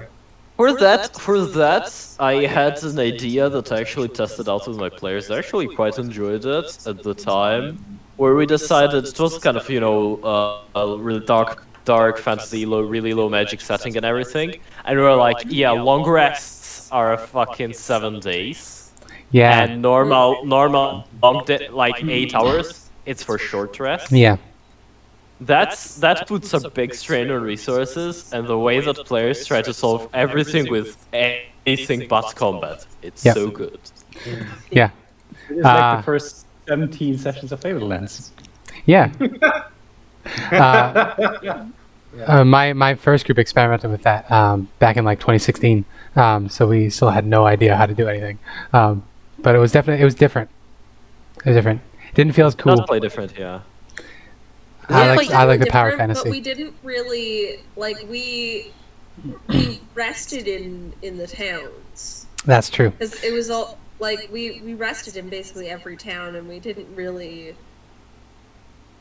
feel much urgency. Yeah, it was Like, kind of a the sandbox DM game. Wanted us to have Yeah, it was more or less a sand. No, because Alex did that for our second campaign, which was in the Underdark. We were going down Underdark, basically a yeah. long road, so it was like It was essentially a TV show. It was an anime, basically, where we did one episode in one town, and then walked down the road, and then did another episode in the next town, and then walked down the road and did another episode in the next town. So there wasn't really much of a reason to be really frugal, because we just, we were always like half a day's ride from a resting place where we could hang out for a week. Yeah. And like there was supposed to be like an artificial pressure to be like quick doing something, but we just ended up doing what the big bad wanted so that we could summon him and destroy him. Yep. Which was really funny. What was your question, Mia? With what I know, or rather what Celina and the party knows, would teleportation circle work for Celina and her daughters to leave Barovia? That's an excellent question. You would know that, as far as you're aware, Barovia is a closed domain, and nobody can pass through the mists without Strahd's express permission. But at present, you don't see any mists. So who knows? There we go. Holy shit, gang. We can leave. We can leave if we want to. Just leave? Maybe? I don't think we could just leave. We won't, because I'm just gonna say that Ireena, that Celina, especially since we were like, oh yeah, if she has her full power, she will be able to leave, blah blah, that she will get teleportation circle as her new spell, and that would be her I'm leaving thing when she decides to leave, which might still be a bit off, but not for too long. Well, first things first, you're gonna have to go in and meet with Ismark, Baron Ismark. Yeah. Let's go. Ismark the Greatest. Meanwhile, I'm still upgrading my characters. Yeah. Well, there's no rush. We're out of combat now. It's just going to be roleplay scenes probably for the next 2 hours, or however long we want to play. It doesn't have to be 2 hours necessarily, but it's going to be very nice. Never ends. 10-hour D&D session. It's still not enough. Sure. 14 spells. What the? Flame Strike. No binder. Rory got roughly spells with a subclass that she will never cast once again. Is It is commune dominate person and modify memory. Is commune a ritual? It's a ritual. Commune is a ritual. Huh? Let's go. No, I was just looking if commune was a ritual, and Yeah, it is. So, Yeah. So you would find Ismark would be up first thing in the morning at dawn. He is up. He is directing the townsfolk. There's a large public works going on. They've more or less flattened the aristocracy laborer divide. They're still keeping the economy for now because they have to keep things running somehow, and they need to be able to move shit around. But for the most part, everybody's pitching in. There's a general spirit of camaraderie and hope for the first time, and as the sun is out this morning, that has been bolstered even more. There's lots of cheers, and Ismark is trying to still wrangle them to do the work because they still have a lot of work to do to fix the town from all the neglect that the Velakoviches left it in. But when he spots the lot of you, you see a changed man from the last time. You may remember a disheveled Kurt Cobain-looking fellow. This Ismark is still pretty disheveled. He hasn't really shaved, so he's got a blonde stubble all over his face. But he's calmer, and his smile is genuine, and he doesn't look like he's carrying quite so much, despite obviously literally carrying a lot more responsibilities. He's still got his sword strapped to his side at all times, and he's still wearing his full suit of chainmail. He hasn't really doffed the guard aesthetic to his vibe. Yeah, he's directing things, and people are coming to him for advice and instruction. But he drops all of that when he sees you, and he says, give me a minute. Runs over, gives Ireena the biggest hug in the world. It challenges the Vasilka Redmond hug earlier. And he will bring Rory into that hug as well, and say in Rory's ear, "You've changed. What happened to you?" Died a couple of times. Got to find myself. Got to find proper love, proper light. A lot. We'll talk later. Right now, rest is much needed. Understood. Nap time. The Blue Other Inn should be still available. Danica and Erwin have been housing a lot of the the people who live in the outskirts, but I'm sure they will have a room for you somewhere. Thank you. Thank you, Smack. You're doing good, it seems. He smiles and he says, Yes, I'm come doing to my best. I'm gonna give Ireena a cheeky look like, do you want to tell him or should I? I feel like you should. It's your brother. She smiles and she says, well, I proposed last time. So maybe it's your turn to do the telling this time. That's it. It might seem a bit sudden to you, considering we've not known each other for a long time, and in your eyes I have not known your sister a long time, but you're getting married. Apparently that was too much for Riley. That was too much. Processing. Like I said, a lot has happened. It was significantly more than just 2 weeks for us. It's hard to explain. Kind of shared a body for some time, basically experienced our whole lives together. Complicated things. His expression is unreadable for a minute, and he approaches you, and then he raises his arms, and you think for a minute, oh, he's going to hit me, but no, he pulls you back into a hug, and he says, I have always wanted another sister, and I am so happy that it is you. Oh, he's just so I'm glad that I can call you brother soon. I guess, why wait? My brother? My sister. I return out the best of my capabilities, which are a bit limited at the moment. Yeah, and he says, it is so nice to have a family.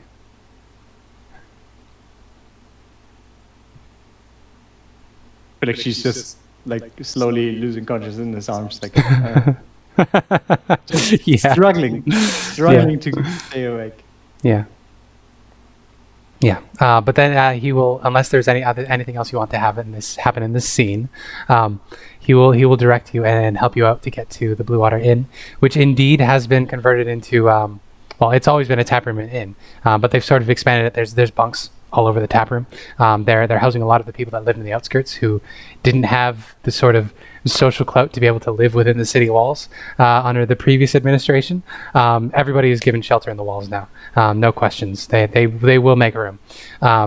So it's going to be slim pickings as far as rooms. There's no private rooms anymore, but you can absolutely bunk with the rest of the common folk here. You recognize some of the kids as, or Diana would recognize some of the kids as the ones that she brought the jar of honey to back in session 3. Walter's the people Walter used to live with. Yeah, it's a loud place, but it is a comforting place. And even as you enter, you can hear Erwin in the kitchen singing his little song, and baking his bread and his pastries with his big pink oven mitts and his big "Kiss Me, I'm Dad" apron. And Brahm and Bray are running around with their white shocks of hair. They are doing a little more work now than they were previously. They're not quite as lax as they used to be, but there's an air of community here which didn't exist before. like a little family. Could I talk to Ismark quickly? Like just Yeah. You know, as we're kind of doing this. Ismark, it's good to see you. It's good to see you, Redmond. And he holds out his hand for a shake. It's very much the, Dylan, you son of a gun. Exactly. Still pushing papers, are you? He just... It's beautiful. Okay. There's a real predator moment. Yeah. The muscles flex. Absolutely, they just flex and relax as you've been putting in the good work. As have you. You look so good. Really? Yeah, there's less lines in your face. What have you been doing? Moisturizer? Look at least a year younger. Well, it's weird. It's weird you say that. Some crazy things have happened. Sometime we should, over dinner, we should catch up and chat. I've got some stories for you, friend, and I'm sure you have some stories for me. You want to have dinner with me? Absolutely. I can bring a friend as well. Oh? It's very interesting stories. Friends are good. Friends are good. Oh, we didn't even tell him that we killed Strahd yet. Then it's a date. We'll hear all about everything. Right. Sure. Well done. So good to see you. Sorry, Oh, we're going to have 2 deaths soon? I'm really sorry. I just can't stop laughing. It's not out of like comedic anything. It's just joy. It's just radiating joy. Oh, that was the point of this session. This session, this is one of the few sessions I titled ahead of time. This session is titled Dawn, so yeah, it is good. Okay, now we have this wonderful community. Mm-hmm. Is it? We is there certainly loads of do. So there's loads. Oh my goodness, Ilena still looks like that. Yep. Yeah. Yep. Is there any way to fix it? Like, would it remove curse? That's a good question. Are you doing anything to cover up your features, Ireena? I would have mastered something like, as I imagine, it's like half of the face is fucking undead, the other half is good. So Yeah, it's more like monsters- the White Walkers in Game of Thrones. You're sort of Oh. you're deathly pale. There are some holes, strategic holes. It looks like acne, but if you get up and close, you can see they're actually like pock marks in your skin that you can see the muscle underneath. But at a distance, it just looks like acne, which is pretty normal. Everybody has acne. Or not everybody, but it's not unusual. You don't look unusual at a distance. It's just until you get up close. And then there's the fact that you have no body heat, which is also a little concerning. Yeah, but that's probably shit. We didn't have time for this. Yeah, I think she would have mustered something like a half mask or something just to cover up most of probably the most damaged half of her face. Sure. Depending on. Was anybody carrying the porcelain mask from your previous body? I don't know if that was ever stated. No, she was buried with it. She's buried with it. Mistaken. I would have mustered something out of maybe wood. Sure. I don't know. A balaclava, just Yeah. Batman True, mask. A balaclava. I mean, if I see Ilena trying to hide their appearance, I'll say you have nothing to hide, Ilena. Your back, your soul is ever bright and returned. You in any form is a blessing upon this place. Yeah, I don't know why Redmond speaks like this now, but but now it does. Yeah. I feel like some of the commoners might beg to differ. I- We're used to having yeah, a frozen zombie lady. No offense, walking around. Yeah. As they are encouraging you, Ireena, you look at them and you don't notice it, but everybody else notices that her jaw isn't quite set right. Her bottom jaw is a little crooked. So the teeth don't quite line up. Yeah. I mean, to be honest, we have a flesh golem and an undead person. Like, I don't think there's any sort of hiding that can work No. here. No. We just gotta True. own it, guys. We just gotta own it. Yeah, we have a menagerie of characters. It's true. So, Does anybody want to bang Eileen's jaw back into place, or are we just gonna let her hang out? I'm gonna do that. I'm gonna do that myself. If anybody knows it, I'm gonna do that myself. Yeah, just crack it make back eye into contact place. with the exactly. Make Yeah. eye contact with the children while you crack it back into place. Exactly. Yeah.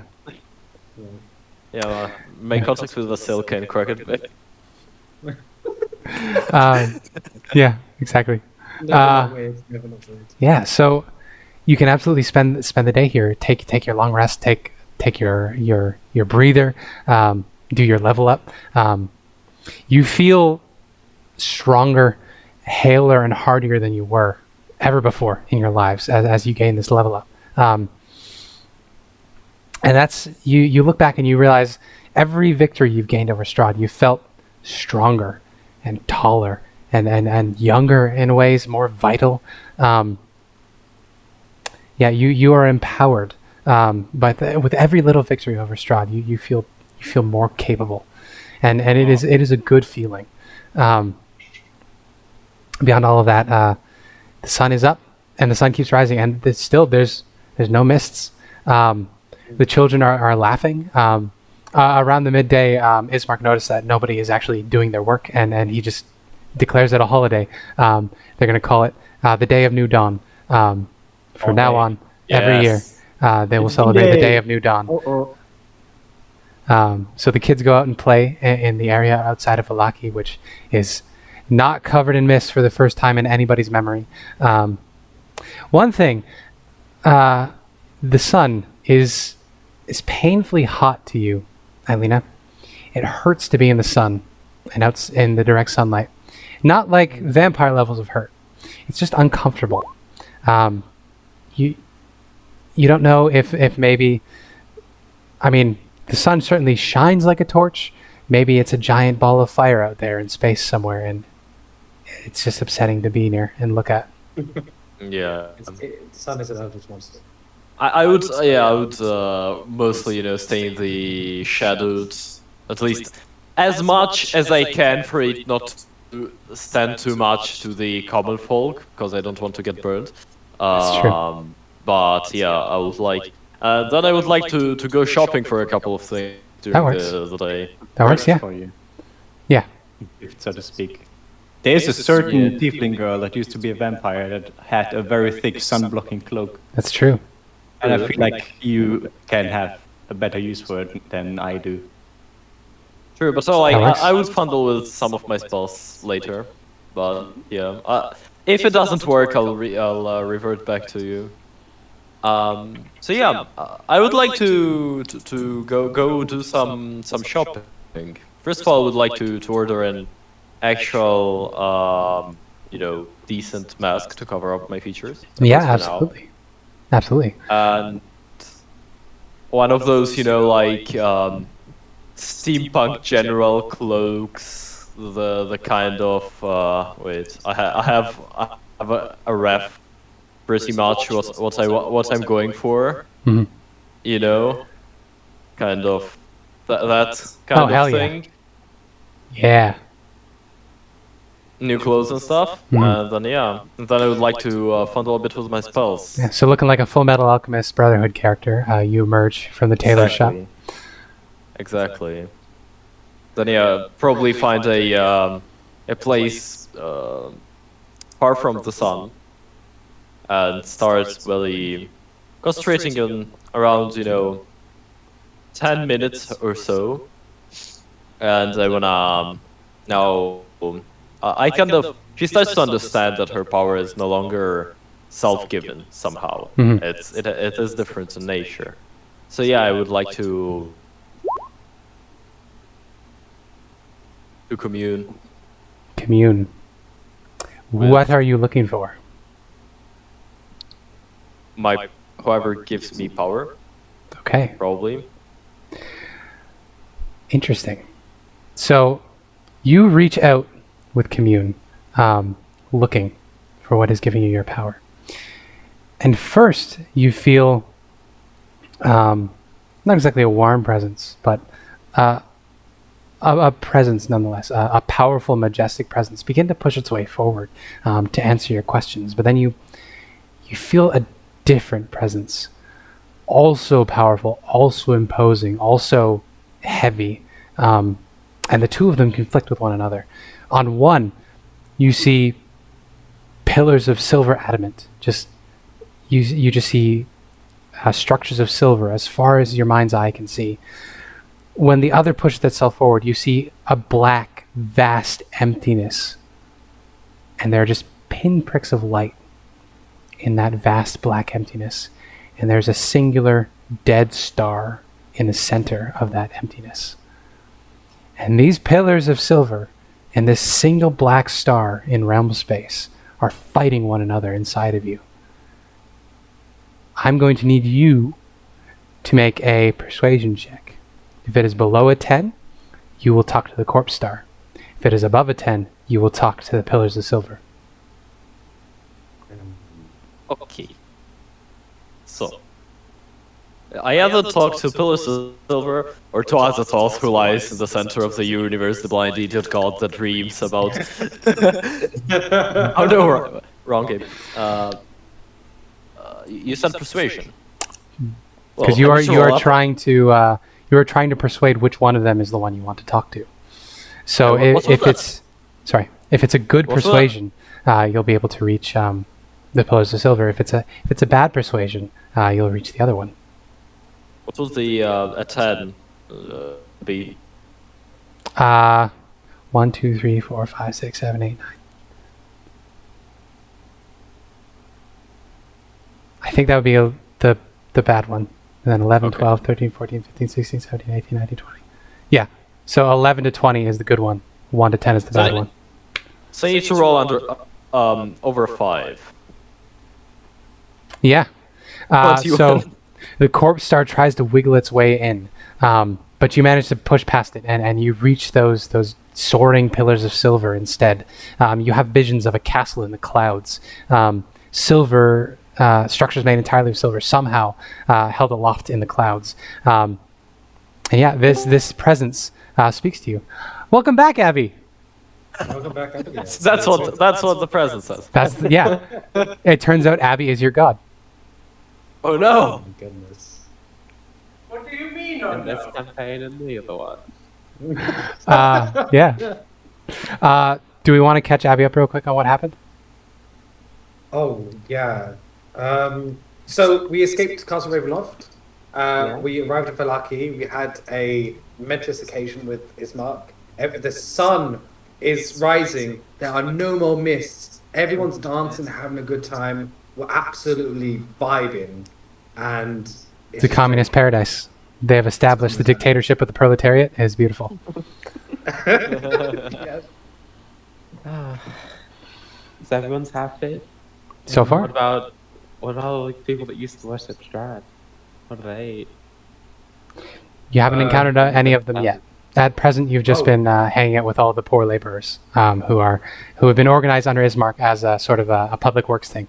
They're all being paid to make their community better. Yeah, honestly amazing. And we left up if you want to do that now. Yes. Oh, I already did that. Okay. Just didn't do the help. Well, And, we all know what could have happened to the collaborators Strahd. Just look at every single communist revolution there was. It's true. And Yeah. you would understand. I mean, they did get rid of the gallows, but who knows what happened before they got rid of the gallows? Oh, goodness. That's Ileena is reaching out to the deity that she was getting her powers from, and she was looking for which one. And she found that there are two that are currently supplying her form with magical abilities. And she managed to break through the dreaded corpse star that has a singular eye on her from the cosmos. And she managed to reach past that to a different presence, which is represented by soaring pillars and structures of silver held aloft magically in the clouds. And this presence comes into your consciousness, Ileena. What would you like to ask it? What are your 3 questions? Okay.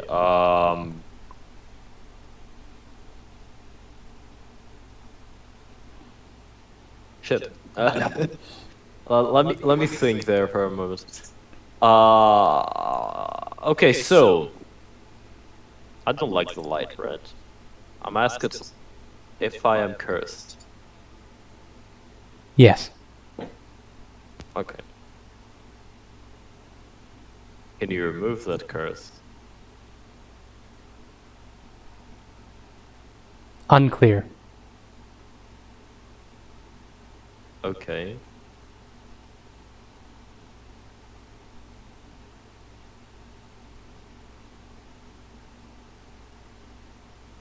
Hmm.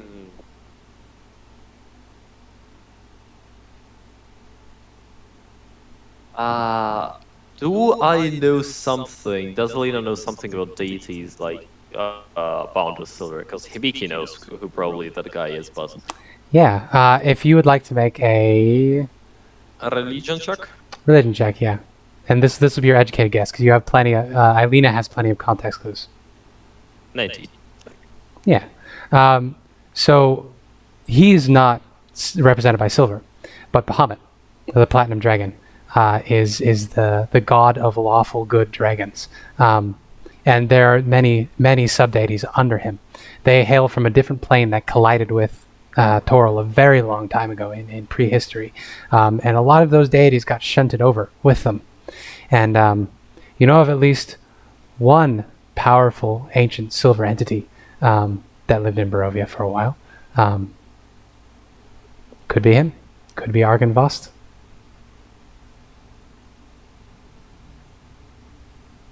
So my third and last question is: will the knights obey my command? Yes. What? Go. That's it. The Knights of Argenbotto. Mm-hmm.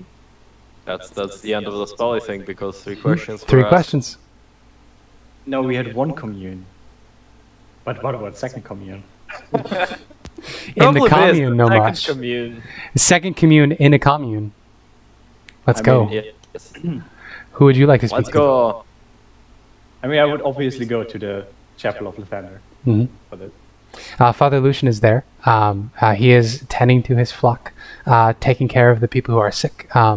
They've got a little triage set up in here where they're just sort of taking care of people who've got, a cold or who got injured when a rock fell on them, stuff like that. It's sort of been converted into a bit of a mini hospital. I would love to help them out before I do the communion thing. Absolutely. I would come up to him with a warm smile. Greetings, Father. Been some time. Is that Rory? I know, quite the change. My. Ooh, look. He shakes his head. He says, "What can I do for you?" I was wondering if I could help. You help me. The last time you were here, you were quite sick. I need to help you. You're coming to return the favor. At least a little bit. Well, by all means, there's lots of work to be done. He isn't doing much to help. Obviously, he's pretty old. He got pretty beat up when the vampires kidnapped him, and he got more or less crucified. So he's hanging on still. But yeah, he will direct you to the nurses and the nuns who are helping, and you can absolutely add either your magic or your labor to the help. Both. Both. Whatever is needed at the time. Beautiful. Like the ones that need healing, I would use healing. When they need stuff carried around, I would try to my best of my abilities. Yeah. With my dual arms. Yeah. So you can we can flavor it so this act of service is your casting of commune, because I think that is nice and poetic. So what are going to be your questions as you are doing your service? So, first of all, is Strahd dead for good? No. Is there a way for us to destroy Vampire?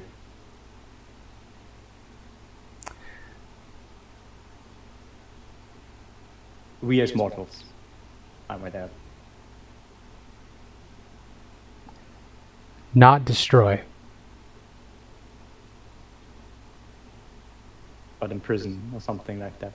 Well, it's only it's a one word or a phrase, or a short phrase. And for the last one,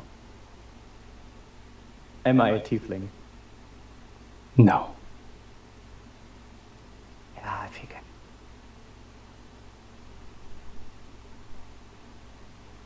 I would ask what am I, but I feel like that is beyond the abilities of this communication that we have right now.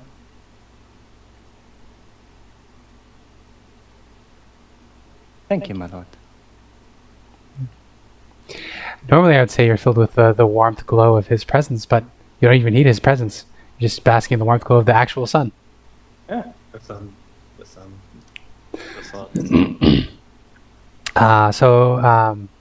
Abby, Diana had some stuff she wanted to do. Yeah, I wanted to go to the Vistani. Absolutely. The Vistani are in a bit of a tussle. There's actually an argument going on. Some of them are saying that they just need to stay put and wait for Strahd to come back, because he's always come back before and he won't abandon them. They have a duty. They live in this place. This is their home. The other ones are saying that they can leave and they never have to come back. They can leave this cursed place. They can leave these cursed people, and they don't need to use their powers anymore if he's gone. So you come into the middle of that argument, and Luvash is he's on the side that wants to stay. You don't see Arabelle anywhere in particular. Okay. I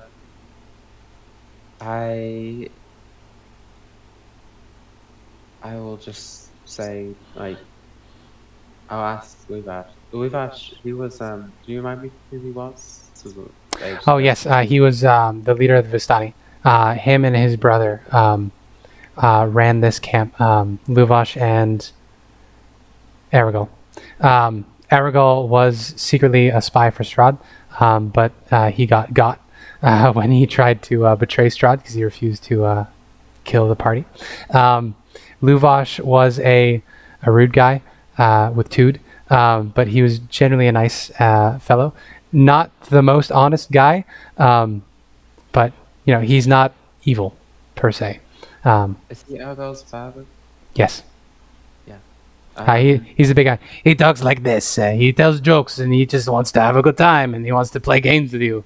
You want to play a game, but like a cool one, not like a murder one. I suppose if I can get a moment with him, I'll just say, why don't you just let whoever wants to go leave, let whoever wants to leave go, and then you that want to stay. Help Oh, out. I mean to. It's like this, you see. We're a family.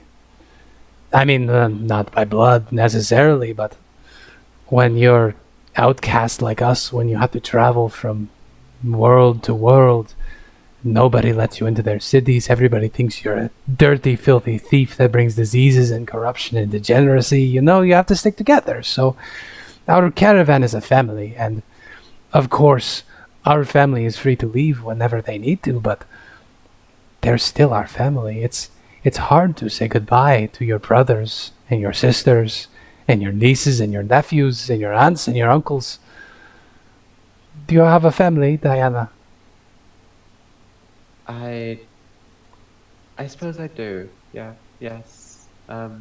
Then I hope you will understand. Family is the most important thing, and I would do anything for family. Anything to keep them safe. I can understand where you're coming from.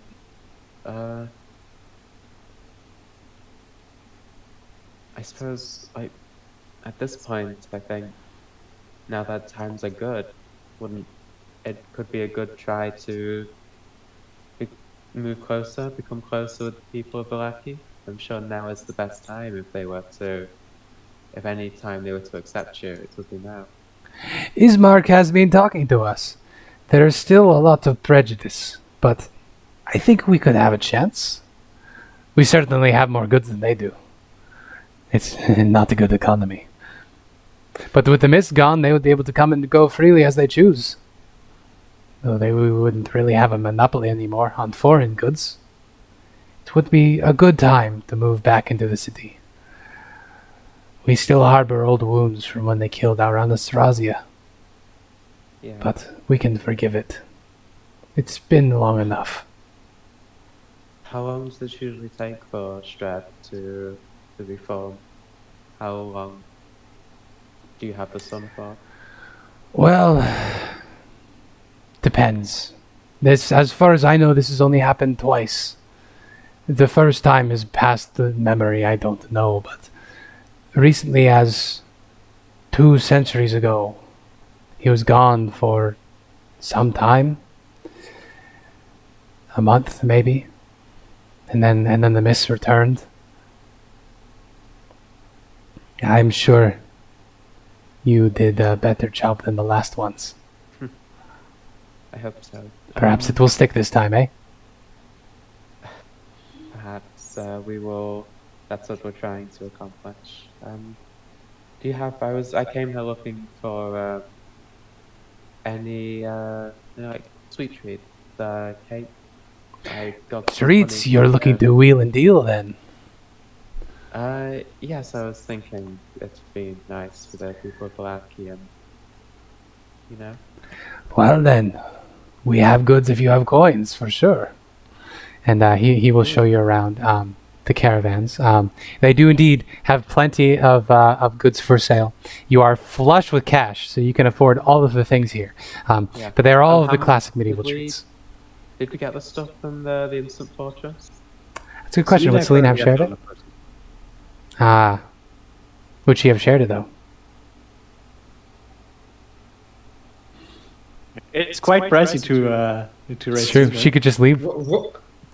She could just leave it. Here, look us in the eyes. Look us in the eyes and say it's Lena hoarded it. Yeah. I know where you live. You don't? No, you don't. Yeah. So If Diana, you ask nicely and ask her and call her by a proper name, then maybe she has a Sorry, corner. that's too much of that's an too much. answer. Yeah. I'm It's not, sorry. it's not worth it. It's not worth it. Celina, I know raising children is hard, but She only has a little. She can spare a little. She only has like 11,000 gold on her. Only. And like I magic items, a lot of magic items. only have like 10 gold on me at the moment, actually. I Oh, shall put it in party loot. You weren't here for Yeah, we this, Astora, or sorry, Abby.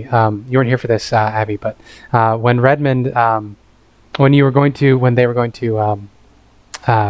kill Strahd and prevent him from returning again as a vampire, Redmond refused and left the room. During which his sword, his Crusader's mantle, left off his belt. He then went out into the hallway to the skeleton he was carrying around, and he met the dagger, which carries a little reflection of the adventurer that carried the dagger. The dagger has the reflection of Smoke, a certain tabaxi from another world, who was given that luck sword by his friends the genies after, making amends. Making amends. It's a luck blade. But Gold. that that'll happen. But my question for you, Abby, is: would Diana have picked up the Crusader's mantle? That's the sword that wants to destroy all evil, right? Yes.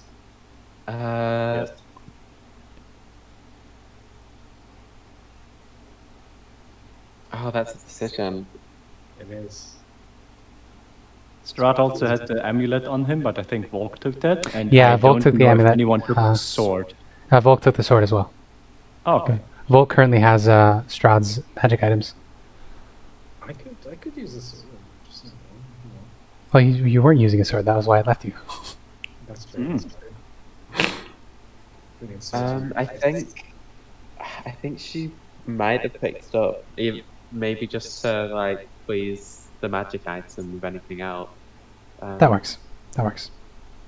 You absolutely don't have to. It's just it helps to sell magic items because they're very, very valuable.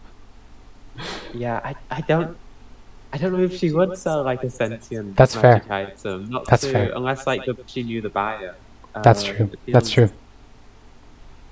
Also, she's not lawful good, so Yeah. Rory is, but she has noodle arms. Yep. Yeah. But you can absolutely be carrying it along with you. yeah. We can give it to Ismark. That Well, would, yeah. That works too. I think Ismark would be a good option to carry it. All right. But yeah, I'll buy whatever sweet treats I can get Yeah. with 10 gold. With 10 gold. Inquire. Yeah. That's quite a bit. Especially if you're just looking for. They wouldn't really have anything baking at the moment, but you can actually absolutely get their old preserves. So there are plenty of like little raisin cakes and scones that have sort of been packed away for long-term storage. They have one which they found on a strange place. It's a crossroads between different worlds. It's a little I want the yellow Crusader cake. sword. It's a short sword. It's a longsword. It doesn't say so. It says Crusading short sword in the overview. Where is it? Crusading short sword. Is it? It is a short Well, I'm shit. lawful good, and I just found Well, a nice shit. shield that I want to use. I take it back. There we Mine. go. Mine. Mine. But as I was saying, there's one foodstuff which is incredibly shelf stable for a very long time. It's a little yellow cake that's sort of been squirted in cream in from the bottom, and it comes in this weird plastic casing, or you would know what plastic is. This weird clear casing. Okay. Yes, you can actually pick it up. So you have a bunch of long-term storage scones, and a Twinkie. Alright. And could I Could I see if the Vistani have any magic item? available Yeah. for- That, I believe, I had rules for that at some point. I was going to have you that's roll what you on said the you'd magic item roll. table, yeah. Yeah. Magic item table C, I think it was. Let me get my Dungeon Master's Guide here. Dungeon Master's Guide. Actually, no, there are tables for that. Because every time we've been in the Vistani camps, we've never had enough gold to That's buy true. anything. And now we do. True. So It's all the tools, Scam stuff, isn't it? What's that? Isn't it like all scam stuff? magic Not shop all of generator. it. I don't think so. Okay. Yeah, Redmond has a look blade. Oh, Yeah. Spencer, another Yeah. thing. I remember last time you said there was 2 shields, Yes. and then in the text that you copied there said 1 shield. So is it 2 shields or is it 1 shield? It should be 2. Let me go back and double check the description in the book. Hibiki is asking if you can have the +2 shield. It And it would wasn't. also make it It shield. was I never intended knew. for Ileena, because it is a shield of Silver Argonauts. Dragon. Yeah, because it was Silver Dragon. Yeah, that would stuff. be a perfect thing. I think so. Also, we should decide who gets the fucking Helm of Brilliance. Because that thing is powerful. Here we go. Is What it? else do we have? Resistance to fire damage. I was wrong. one It's 1 + 2 shield. I read it as 2 + 2 shields. Yeah, I was like, damn. 2 plus 2 shields. It's a lot. Oops. Yeah, you can have the shield. I will remove that from. Sure. Thanks. Okay. I will also add stuff to party loot that Celina still had there in her inventory. Which includes a lot of Jesus fucking Christ, we have so much stuff in party. We need to look to the. Okay. Shield the Silver Dragon. Well, I have randomly generated one. If you would like to roll on the table instead, I can still pull that up. Spencer, question. Oh no, go ahead. Go Yeah. ahead. Do you want me to roll? Is that just a D100? I believe so. Yes, I believe in here, it's you roll 4 times on the magic item table. Magic item table B. The minor items. Or 4D100? I believe so. Yes, and I will tell you what they are.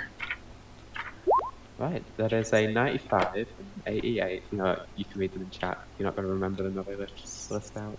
Thank you. Okay, where is magic item table B? Rulebook, rulebook, rulebook. Rulebook. There we go. Yeah, so what was the first one? A 95. 95. That is a ring of swimming. Okay.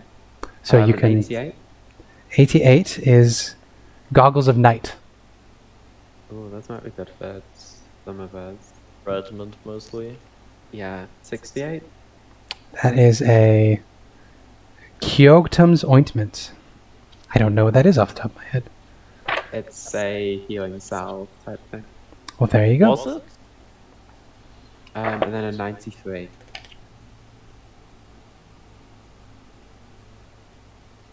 Yeah, it's essentially a better healing potion. A 93 is mithril armor. So you find a suit of mithril armor.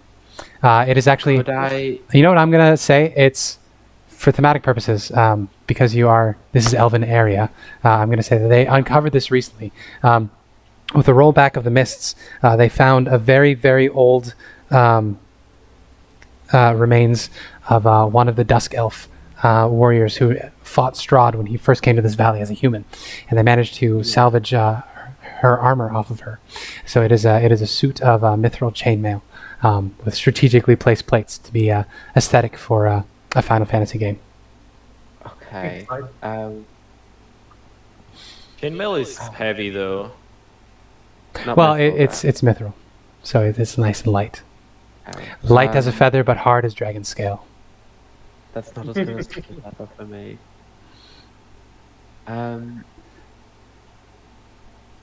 Yeah, I think I will buy the if you guys would let me take some money from the party loot. I Yeah. think I'd buy those goggles. We have tonight. so much money. Yeah, we're full of shit.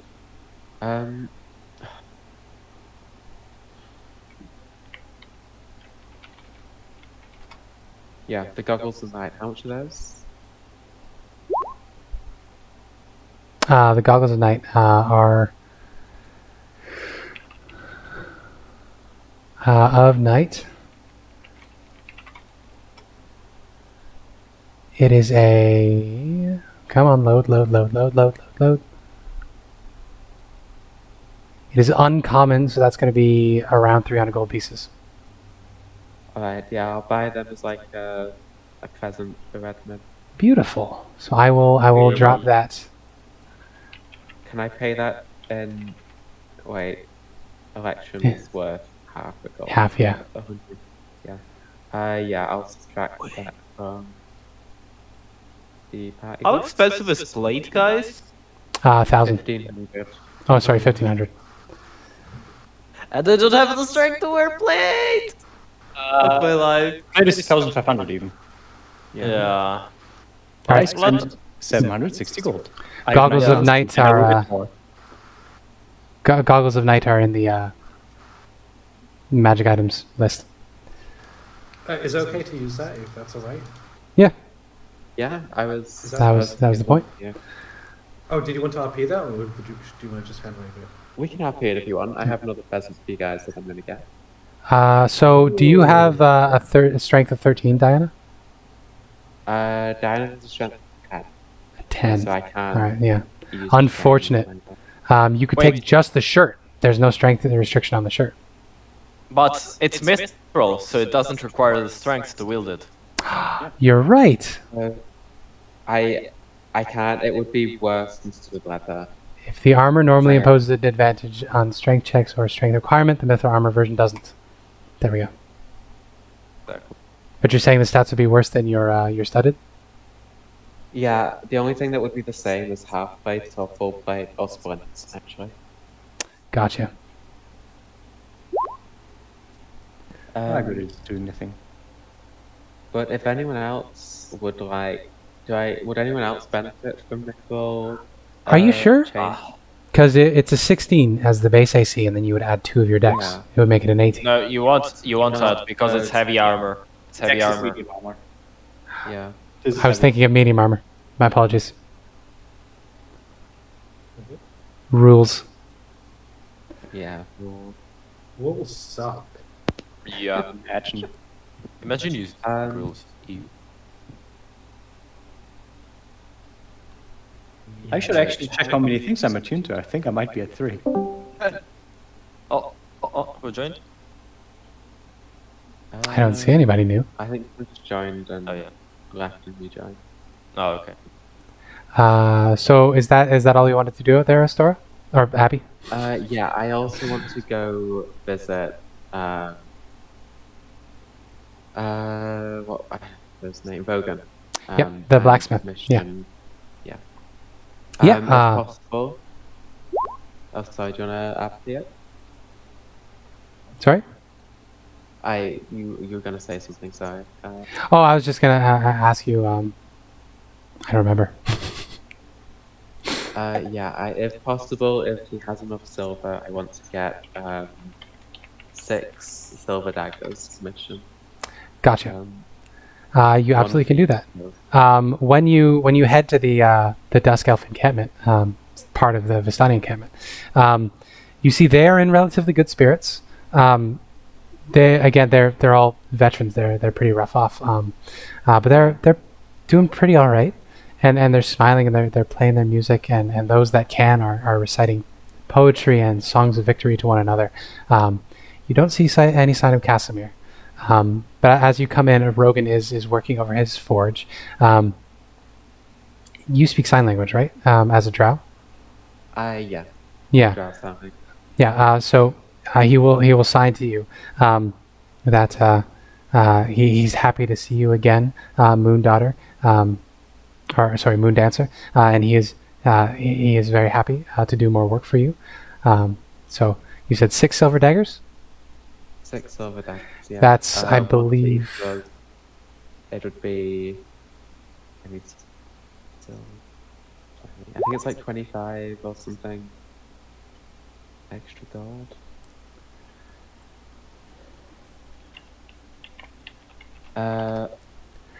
Yeah, it's extra gold per thing, silver.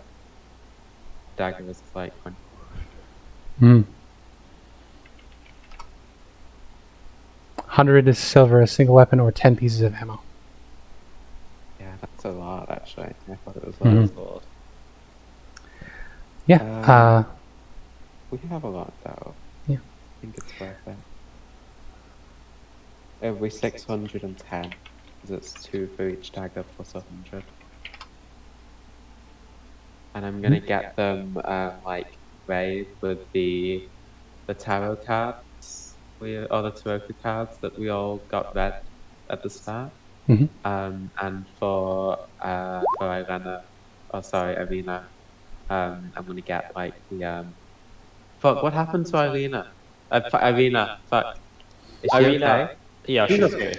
Yeah. She's okay. Ireena can have Uh, a short one if no one else Von wants it. Richten cast Greater Restoration on her. He used the black mace that he got from the chapel in Ravenloft to do it. So, no one knows what the consequences of that will be. But Ireena was saved from petrification. Okay. Yeah. I'll get each of us will have the tarot card engraved on their dagger, and then for Ireena, I will ask him to do the symbol of the morning blood, like the rising sun. Wonderful. So for Volk, you get a silver dagger with the symbol of a druid carved into the hilt. Rory, you would get a silver dagger with the symbol of 9 swords in a circle on the hilt of your blade. Ilena, you would get the silver of the abjurer on your sword, or your dagger. And Diana, you would get a 9 of glyphs. So you would get 9 glyphs facing one another. And Redmond, you get... What was you? You were the 5 of swords. The Myrmidon.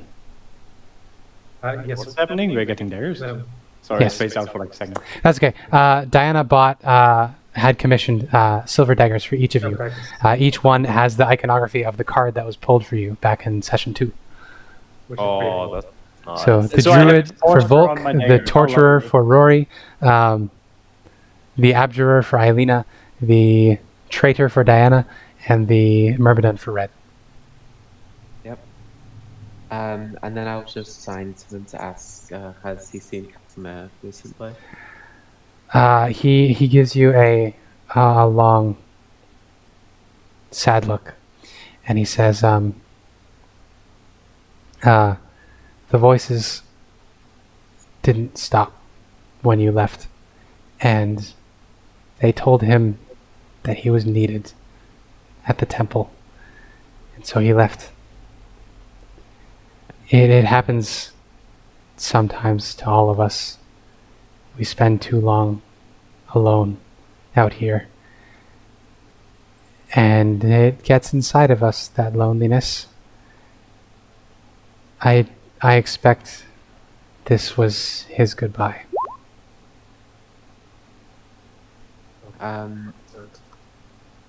I'll just sign. I have to go. I'll be back for the daggers when they're done. He will sign as you go. He says, if you find Casimir, tell him that we love him, and we're his family too. I will. And if worse comes to worse, I will try and bring you back his body. He nods solemnly. Yeah. Okay. Yeah, I will rush back to town. Okay. In that case, we will jump back to Riley. So Volk has a scene that you've been sitting on for a while. You wanted to talk to Redmond. Yeah, so, at some point during the day, Volk kind of seeks out Redmond, and they have a longsword, Alistor, and they just kind of deposit it in front of him. Does this look like Alistor? It is. It is Strahd's sword. the Sword of Lightning. The lore from that, which you may not remember, but your character would remember. That is it was a storm elemental that was birthed by the natural magics of this place, an elemental creature that protected these lands from evil encroachment. Strahd came and he killed it, and then Kazan took the storm giant's remains, or the storm elemental's remains, and crafted them into the sword itself. So the sword is a storm elemental that has sort of been squished down into this subservient form. It is the sapphire that the tree produced. This sword is, we'll say, not really amenable to my practicalities. I think if any one of us were to wield it, I think it would be best in your hands. Thank you. I think that comes from a kindness. I don't know if it's something that I can, but I will try. Though we all know the origins of it, right? Like the Yeah. You can read the magic item description. That's the lore that Volk would have shared with you from their reading of the Tome of Strahd. So its origins. Oh, I should change that to Storm Elemental. Not Thunder. It requires a certain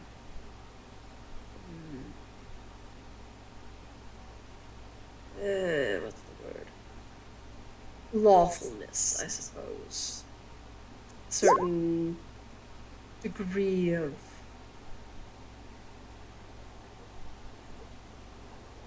just rules, things that don't really match with my vibes.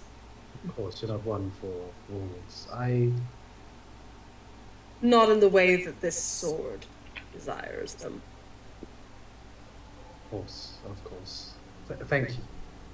I mean, if it wishes to be free, then that is its wish. For now, I will talk. Well, not another weapon for you to talk to. Yeah. I've got a good host who are keeping me in good company. Smoke will whisper in. He says, "That sword looks like bad news, buddy. I wouldn't stick my fingers in that if I were you, unless you want to get shocked." I do know of a magic item. Sorry to interrupt. Did you want to say something? I can back away for a second. No. I'm happy that you discussed this, and I imagine I'm saying this out loud, so I imagine it's still very. Yeah, and you've got this short sword. It looks like it would be like it would be a sword for a hobbit or a halfling, but for you it's kind of just a little poke and stick. It's probably at your belt.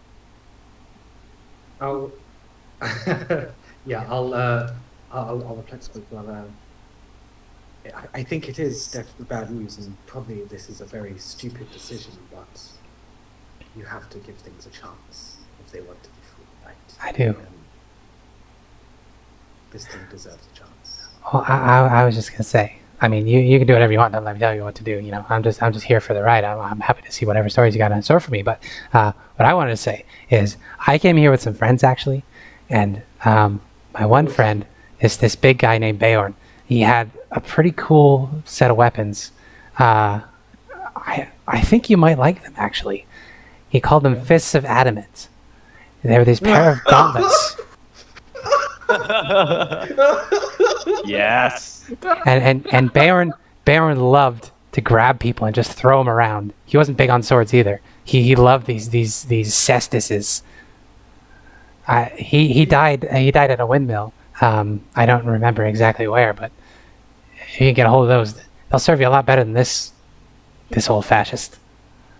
I fucking love this. Okay, I say that's a great idea. That's a great idea. Thank you so much. I'm sorry about your friend, but perhaps maybe a remnant of him lives on and he has some stories of his own to tell. I hope so. It would suck if he was like a zombie or something. I can't even imagine. Oh no. But regarding Alistair, maybe it's trapped like its master. We have to give it a chance to be free. Just a choice, right? I think that's the right thing to do. Yeah, the boss. There's no basis. Well, after watching Red just talk to himself for like a minute. As if Volk doesn't do that. Volk speaks to people in their brain. That's true. Volk speaks in other people's heads. Exactly. Volk's, well, I can see that you're busy with the conversation. So, talk to you later. And Volk turns into flying cat form and just... I would remind Volk that you know that the these came from the life tree. Now that there's a new life tree, if you want to keep them out of Strahd's hands, that would be a good place to put them. Is back in the tree. Of course, you can do whatever you want with them. That you will also have to. I'm not entirely certain how to turn the sword back into. I would say, yeah, that's the other problem. Strahd can never tame the emerald into anything, but he turned the other two into different things. So you'll have to find a way to unmake these magic items if you want to return them. Yeah, I do want to find the heart at some point. Okay.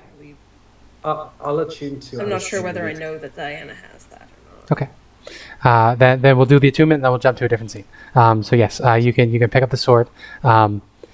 It comes to you like fittingly like a storm. It feels like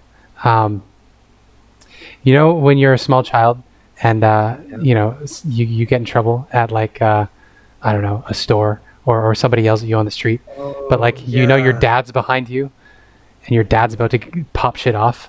That's the feeling. You've got like you're just there, you're sort of holding this sword and it's like, your day's all well and good, a slight sense of foreboding, and then just like boom, there's a boss behind you and innocent shit. Exactly. You probably stand at attention as soon as you attune to this thing because it is inspecting you.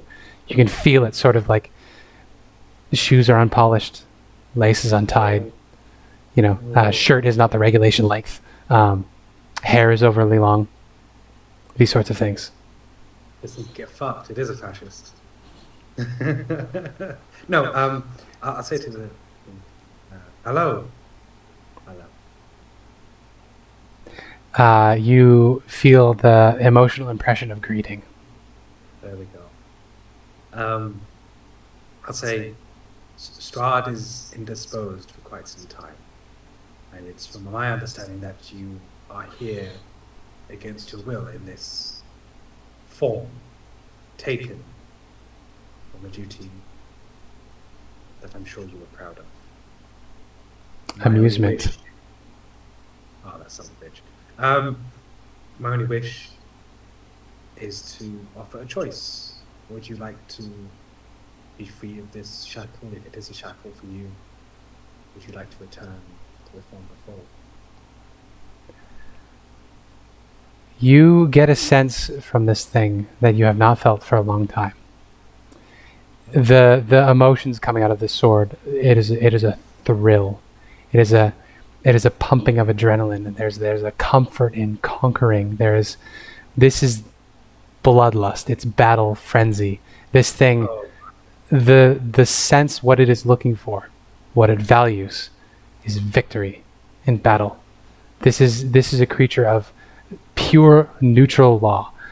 As long as it gets to fight, as long as it gets to win, as long as it is on the winning side, it doesn't care. It is a tool. It was a tool before, or it thinks it was a tool before. Whatever it is now, its only concern is it will be wielded by the strong, and it doesn't care how many people it has to kill to get into the hands of who is strong. I'm definitely the wrong person for the sword. I was about to say, I don't think Volk could have given this to a less fitting person. I love it. I will, off screen, try and de-attune from it, I guess, I suppose. So Okay. Yeah, you can break attunement by will. The sword is not going to. It's not a cursed sword. It is not going to hold you to attunement. It will end with a plea. It will say, "Find me someone worthy," more or less, but with impressions, emotional impressions. I'll say thank you for sharing this. Goodbye. And you hear smoke in your brain just shiver with disgust. That guy was a fascist. You're right. That's it. Okay, let's jump over to what other scenes do we have? We have Hibiki wants to visit Ismark. We have Rory wants to do a wedding scene.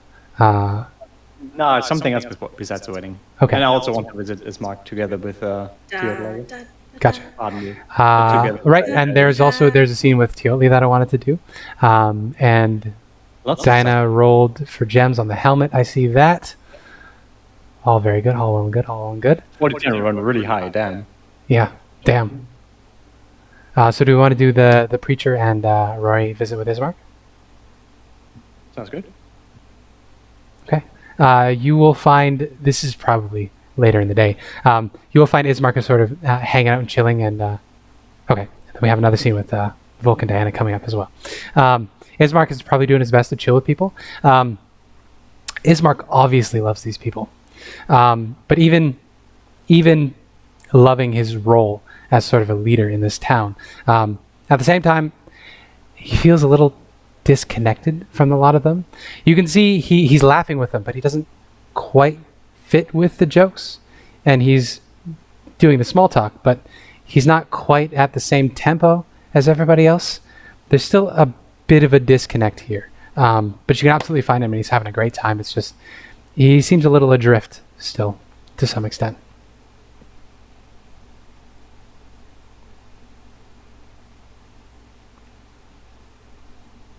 So, hello, Ismark.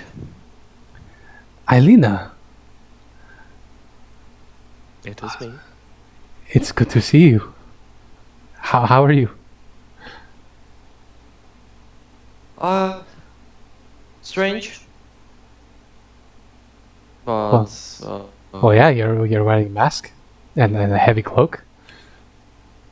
yeah, let's say it's just a little bit of a residue from the past couple of days. If I went into a building that you weren't invited into, you would be able to follow me, right? Yes, I would. It's Okay. not that person, my friend. Okay, It's that's different. okay. Not great, but not as bad. No, is it anything that I can help with? No, not really. It is good to see you. It is good to see you as well. So, how's been everything around here the past couple of days? It's been wonderful. We did some rooting out. We had some trials. We put some people in prison. But for the most part, it's been relatively peaceful. Nobody really liked the status quo that we were in, and as soon as there was a better way, most people went with it, and I'm surprised, honestly. I thought we'd have to do more executions, but we didn't. And those that we did, we only did the ones that were actively involved in the regime. We're pretty forgiving generally. Everybody was in a hard situation. But no, it's been good, and I've been helping people mingle and get along with one another. Barovia is much smaller than Valaki, so we never really had the divide that there is here, you know. But you know, at the end of the day, the rich and poor, they're all still human. They're all still people, and once we get rid of all that other shit, everybody needs to eat. Everybody wants to hold their children, and that's very good to see. We can finally agree on that. I guess we can. It was a wise decision. It was was a wise decision to do that, to not turn this into another regime, let's say. I certainly was tempted. There were a lot of arguments early on. It would have been easier to just, ride through and kill everybody that disagreed, and then make sure that they knew, like, it's a new era. We're not going to be following the old aristocracy. But no, we took our time. We made sure everything was fair. We made sure that there were juries of peers everywhere we could find them. Everything we could pull off. We tried to keep spite and vengeance out of it as much as possible. It's for the best, I'd say. If Alaki wouldn't survive another one of those revolts that happened last time. I don't think so. Have anything been troubling you the last days? Any external enemies? Anything? Make an insight check. I will, with my plus 19. Yeah. Plus 19. He will respond with, no trouble from outside. Yeah, you catch the specifically said outside. And his hand twitches. And with a 23, I'm going to say, I'm going to sneeze. Pardon me. His hand at his belt twitches. And you can see that he has a wineskin there at his belt. He says, no problems from outside, no problems inside of it. Everybody who was a problem is in prison right now. Yes, Mark, you don't have to hide things from me. You can be honest. He casts an eye to Rory, and he says, I'm not hiding anything. Just doing what needs to be done to lead, and then be a good leader, and be the man everyone wants me to be. Really heavy stare right into his eyes. I give him a soft pat on the back and a smile. You know you can be yourself. I'm doing my best to be myself. That's why I'm,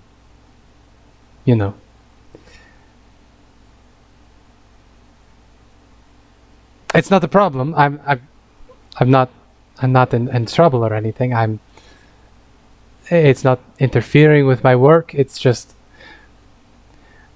I'm very good at commanding people, and I'm very good at leading people. It's this and emotions around. It's the talking and the mingling and the smiling and the laughing. It's harder, and once all of the crisis is past, the hard work comes, and I need help to do the hard work, and it's not the sort of help I can rely on people for.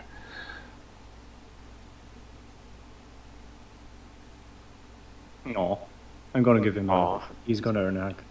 Yeah. Yeah. He will return the hug. Pat him on the shoulder. You're doing good.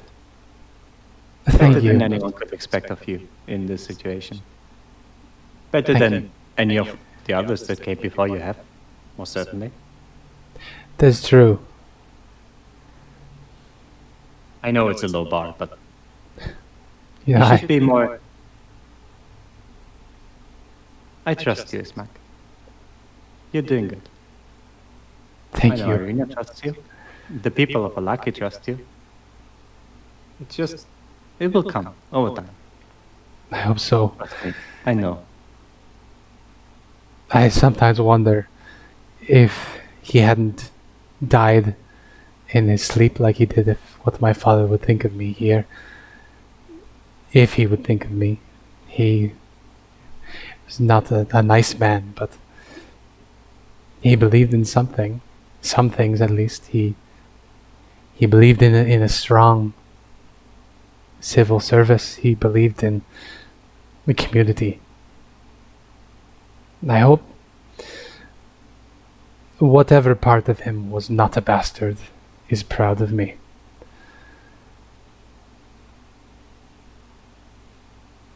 I'm sure that at least some part of him could be proud of you. And even if not, remember that we all are. It has been 10 years. I mean, 10 years after a man I didn't like very much died. It doesn't seem that pressing anymore.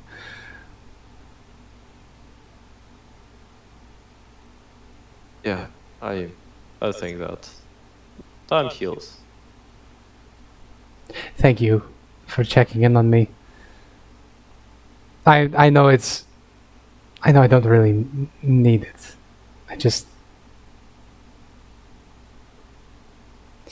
I need it a little bit. Just for now.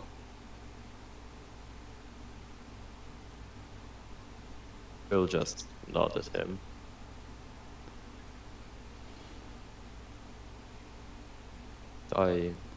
I'll try to help. He'll smile and he'll as much as I say, can. yeah. He'll smile and he'll say, it would be good to work with you again. Doing the planning and the defense of the city with you was a lot of fun. We work on a similar wavelength. True. You two are quite a good match. We Trademarked cheeky smile. Ismark takes a second to realize what you meant, and then he goes red as Ireena's hair. And he says, "Oh no, I never. No, I would never." Ireena will just chuck about that. She will just chuck. Gets out of Jane one Yeah. glass of beer. I'm not drunk enough for this.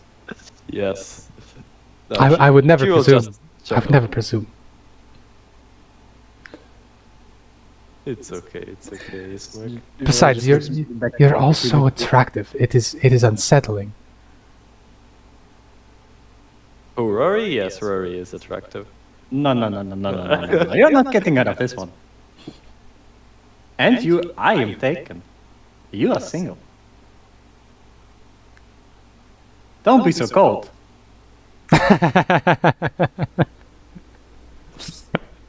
It's the north, really cold. Kind of gets into your soul at times. Yeah. And being dead. And being dead. Oh, yeah, about that being that thing. We can try some things if you like. You could, yeah. I mean, I have not tried it before, but I mean, I would call myself quite proficient when it comes to dying and then not dying. So that might help. Trust me, I can train you in that. How many times have you died? I think I'm at least 1 or 2 higher than you. True. You have a point. Respect your elders for the experience they carry in dying. Okay. I think with that, we'll jump away from that scene, and we'll jump back to Diana and Volk. So Diana or Volk, at some point you'll catch up to Diana as she's doing her thing. It could be like she's coming back from the Stanley encampment with like a bag full of sweets. Hello, Diana. Cat walks up to you because why would I go back into human form? Hey Volk.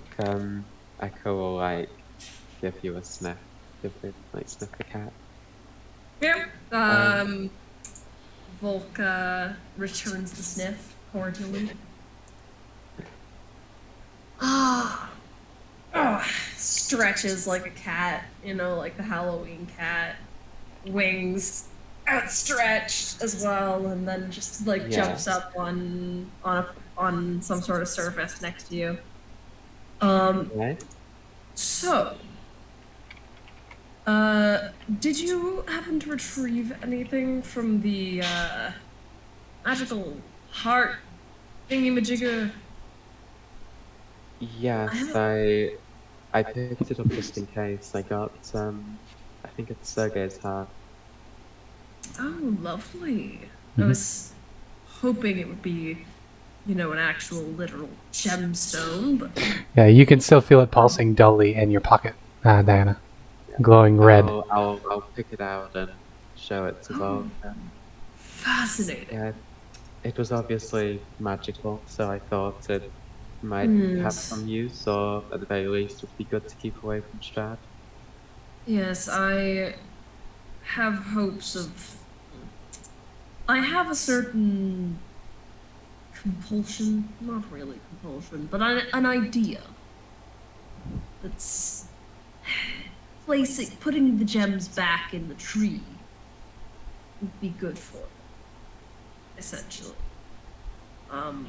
Well, good for Barovia, bad for Strahd. Keep them out of his hands if he comes back. But the question is, how do I turn that back into a gemstone? That's something I'll have to figure out. Are you going to do it with Alistair?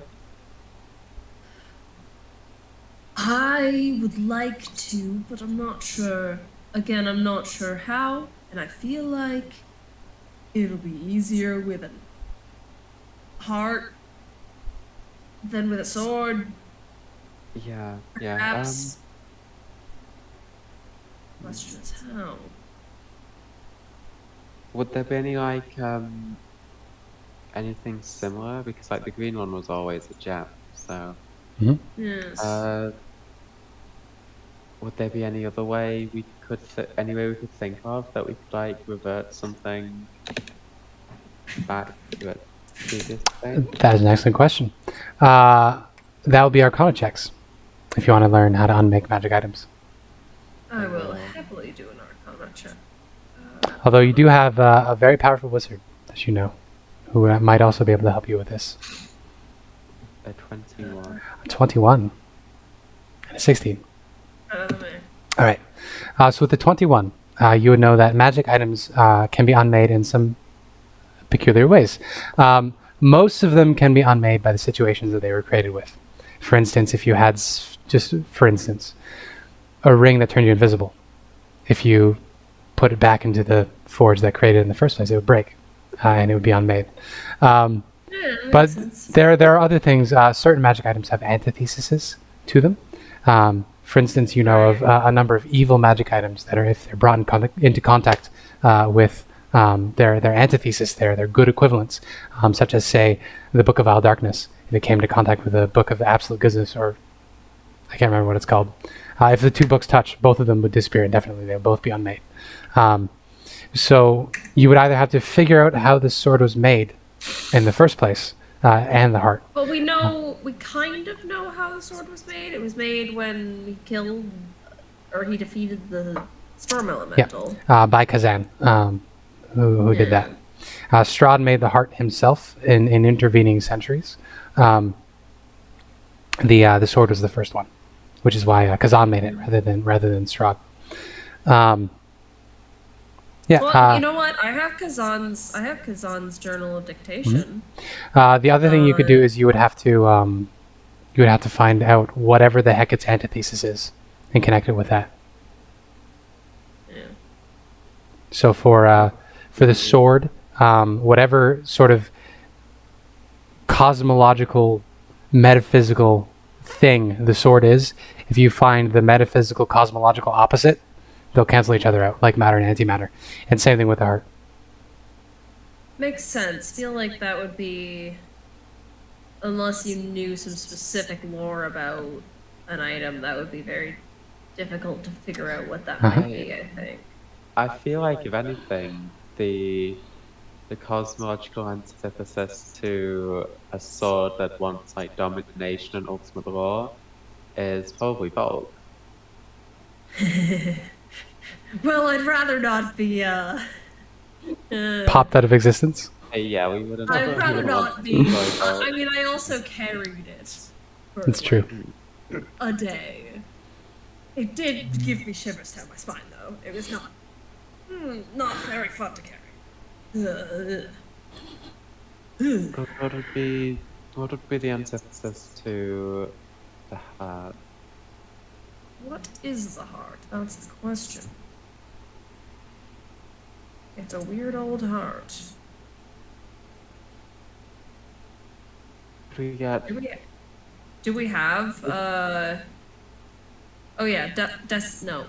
Do we have a magic item description for the heart? You do not. It is not a wondrous item. It is a construct that is magical.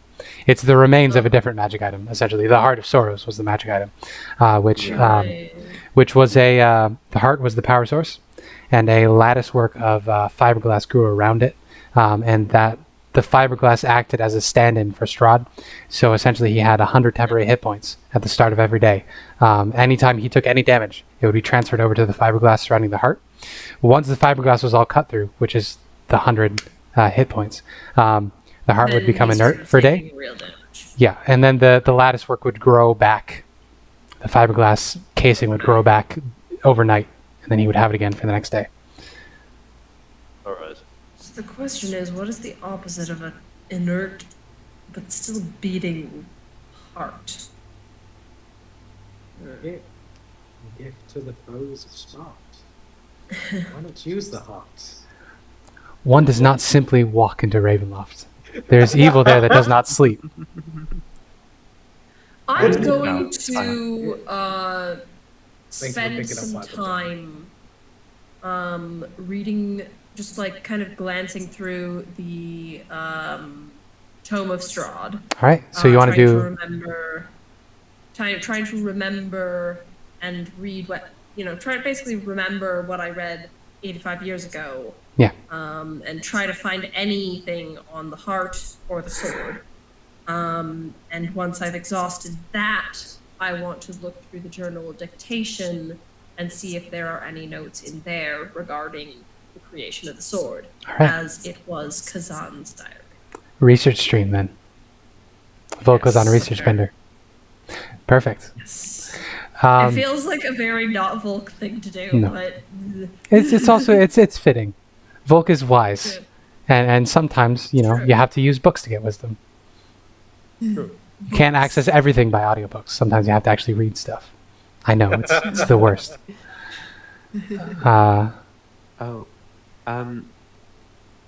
Sorry, I meant to ask, how long would the daggers take to make? It is 6 of them, but they are daggers. So probably a day or 2. A day? Okay. Yeah. Day. We wanted to wait 3 days for Redmond's exhaustion anyway. Yeah. That's That's fine. But the thing is, we could spend that time traveling because, gang, we have a werewolf problem. And my literal honor dictates that we have to help them. How else can I be redeemed? We have to have the gay wedding first, my dude. It's true. It's very important. But the Also- fairies can't wait for Also- your gay wedding. You're spending 3 days on a new dawn. There's some big Christological image in here. Oh, Just saying. Celina also needs to edit the tower so that I can do magic in it. Also that, yes. Tower? Why the tower? I mean, tower is not falling apart. Kazan's tower. If we ever end up there. I don't think we would ever go there again. No, The tower's yeah, like not falling apart. It more or less collapsed last time you were there. Oh yeah, well, Yes, doesn't yeah. know about that though. I'm The just. tower's basically gone. Like the golems had to move to hold it Yep. up, basically. Oh right. Yeah. Forgot about that. Yeah. Because the dragon attack. If nobody else has a particular scene in mind, we can jump to Teotl. I have one scene. Okay, sure. Besides the fact that I would have given the deeds to the Wachter estate that we still had to Ismark. Gotcha. Yes. So I still have some of Rory's old stuff that was in party lit. And I feel like it's time to get rid of a bit of those things. Okay. So in the evening, in front of a nice little fire, I guess. I'm pretty sure that Ireena would be with me in the evening. Maybe Yeah. Ismark. I imagine you wouldn't leave each other's side very often. Ismark is going to be hanging around. Yeah. Ismark is very shy and socially awkward, so he will never ask to go anywhere. But as soon as he's invited, he will absolutely be there. Yeah, we would invite him. I feel like there's a lot of planning to do for the wedding as well, even if it's only a small wedding. So looking through my things, the first 3 things are the things I got from the witches. So the knucklebone dice, the inkwell of nausea, the human skin glove. Yep. Like looking back, quite disgusting actually. I didn't really think about it in time, but not great. Next thing on the list is my little notebook. And reading through some of the things I read about you guys, wow, not pleasant. And just flips through, like, yeah. Surprised that they changed as much in a couple of weeks. And just lob it into the fire, so that's gone. And lastly, and most importantly, I guess I still have this, and I pull out my little detective documents that name me as the High Inquisitor of the Eye, with a little blue eye at the top. And your human skin glove? They're already gone. The skin glove. I don't think I will need this anymore. I mean, I'm not even the blue eye anymore. After all, I have my son now. And I just give Ireena a cheeky smile. She smiles and she says, "You are my son." No, you're my son. S-U-N. S-U-N. Not the other one. And I fling that in. I will keep the little Rory doll, because the Rory doll looks like my mirror self. I also took the mirror back, the little hand mirror, because then I can basically talk to myself, which is very convenient. Exactly. It's really confusing suddenly having a mirror image when you never had one for like over 25 years. I think that's all the meaningful items, and the rest just random shit like a whip, a burner's pack. All right. Firing dagger.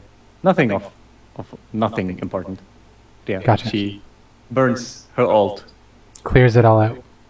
Things that she doesn't want to be associated with anymore. Being around Ireena now, you feel a lot more courageous and protected than you have previously, because she now has an aura. She has jumped to a level 8 Paladin of Ancients. Level 8? Damn. Level 8 Paladin of the Ancients. Oath of Ancients. And she got the fancy magic sword that wants to True. kill. And her con went up too, so she actually has some hit points finally. She's finally not super squishy. Nope. She's so squishy if you're squishing in the right places. Oh Yeah. my goodness! Okay. So with that scene done, anybody else have anything else? Diana spent the next hour after coming back into town giving out treats to kids. So while you guys are around the fire in the town square, sort of doing this ritualistic cleansing, you probably see the kids running around with pairs of sticks in their hands, doing the kata fighting with one another, and they're talking about the blue lady that gives gifts. Santa swords. Diana wouldn't have anything to do really until it got to night. She'd check in on her Wallace and make sure he's okay. Yep. Walter. Walter is indeed okay. He is joined with the rest of the laborers. He's pretty optimistic about things. He definitely likes his mark better than the Barons. Yeah. And you probably see every now and then the kids laughing hysterically as a cat with wings just jumps out of the crowd and scares them. So good. I suppose as a group we should probably get together and discuss what we're going to do next after our 3-day break. That works. Probably your first night. It's been a good day. There's been lots of reunions. There's been lots of cleansing. There's been lots of shopping. Lots of good stuff. Lots of good stuff. You can all gather probably in the Blue Water Inn in the tap room. Danica brings out each of you a tall glass of the finest ale that they have left. And of course you get a big glass of nice cold milk, a Redmond. Do we have any champagne? Do you have champagne or stuff left? Do you have any of that left? You do. You can absolutely drink that. Do we want to pop one of those? Do we have one of them left? I'm pretty not sure. It's non-alcoholic, right? Yes. We have one left. Sure it is, Redmond. Thank you. Wink, It's wink. it's magical, so the It's alcohol doesn't magical. count. Exactly. Yeah, magical. If it's a magic cake, the calories don't count. If it's magic wine, the alcohol doesn't count. Yeah, well, At least in the party loot, we don't have one, and Rory doesn't have one in her items either. Oh, okay. That's well, as they have some, they have one of the champagne Dorstom, the Hero's Feast one, and then 6 just very fancy. Yeah. Yeah. Volk is recommending we use the fancy wine. Yeah, we can open the fancy bottle. I'll have a cold. Would you like to introduce Gertruda to Ismark at this point? Or would Celina want to take Gertruda with her? I mean, Celina. I feel like Gertruda will be with Celina. That's what I figured as well. I mean, I will. To get in character. I guess you have the choice. We are in the lucky. We are safe here.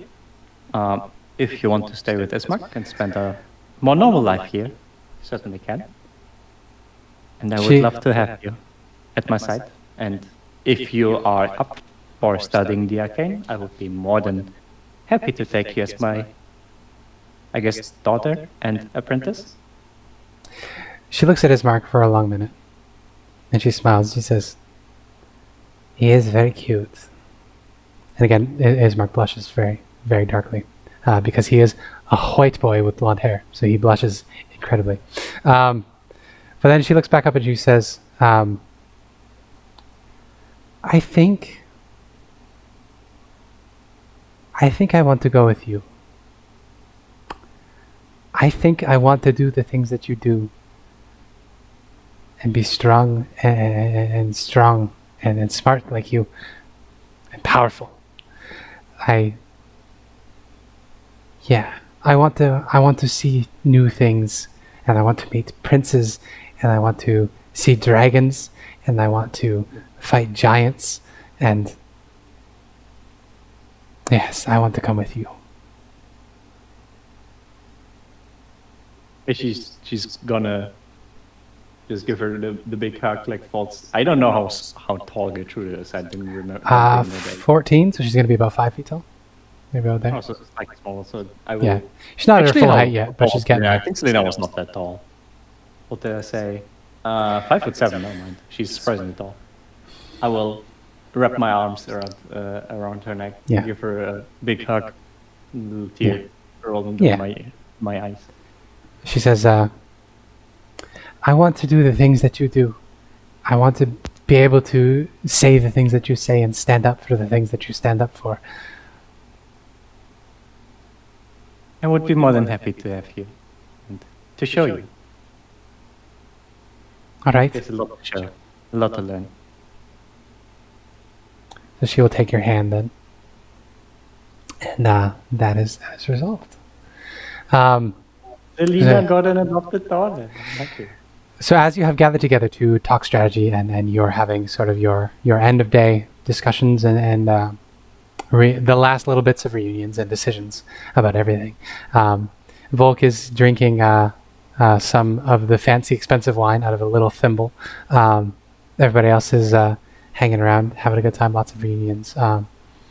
Ireena keeps roasting Ismark for having crushes on everybody, and he keeps denying it adamantly over and over again. You're right, he was having a crush on Red Isabel. My Ismark is bi, because bi Ismark is best. By his mom.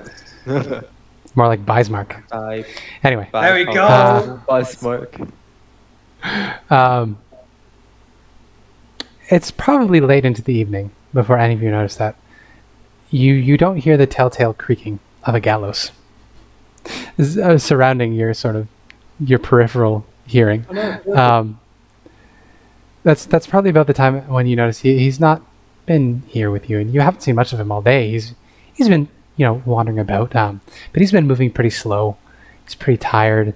He's like a lizard in the cold, ironically given the sunlight. And I think that's when we'll jump to Teotl.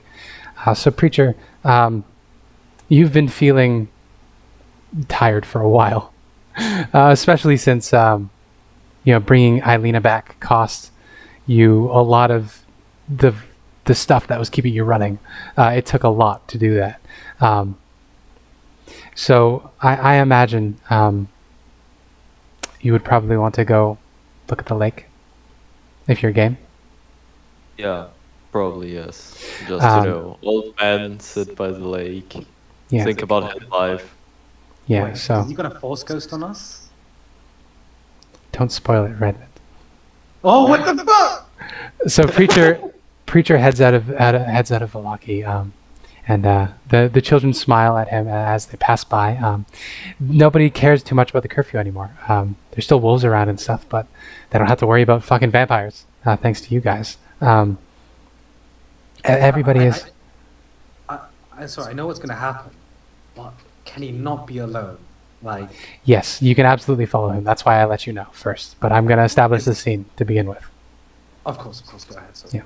So, is it just Redmond, or is everybody else going to rush out to find Preacher as well? I don't think that he wants to be alone for this. Yeah, I'd only go if Ibiki is comfortable with it. Sure. Like, probably Redmond. Actually, Celina would go. I think Rory and Ireena don't really have anything to do with him. Yeah, and Redmond and Preacher have a similar background. That's true. Yeah. So, That's true. yeah. So Preacher, you head out. You probably dropped hints to Redmond and. Sorry. I think. Sorry. It's okay. I didn't. Go for it. To interrupt.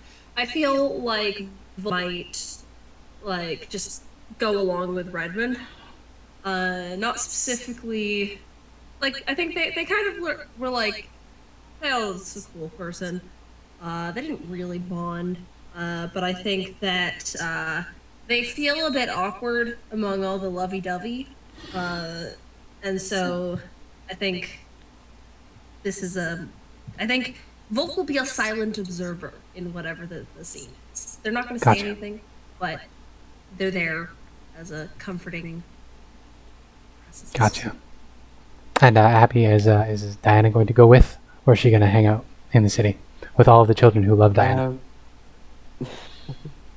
I think she'd know like the feeling of wanting to be alone, so she'll let Teotl have that as possible. Okay. So in that case, Preacher, you head out of town. You wave to the children who are happy to see you, and they ask you for little sparks of prestidigitation or anything that you can muster, which you can feel free to indulge them or not. It's up to you. Actually, passing by, I will do a couple of tricks, but nothing more. They cheer and laugh and clap, and they're telling stories about all of the heroes that have come and delivered them from the Devil Strahd. You make your way down the pathway to the outskirts of Volaki.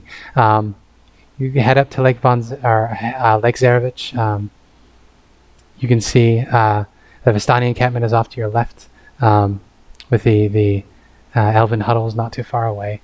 You probably catch sight of the old, broken down veterans who are doing their best to keep it going and keep holding on for the next generation of people so they can pass along just a little bit of their knowledge. And it's quiet. And when you sit down by the lake, the gentle lapping of the water fills you with a sense of peace. And you can look up at the stars and you see so many stars. With the mist retreating, there are no clouds in Barovia anymore, and there's no light pollution, really.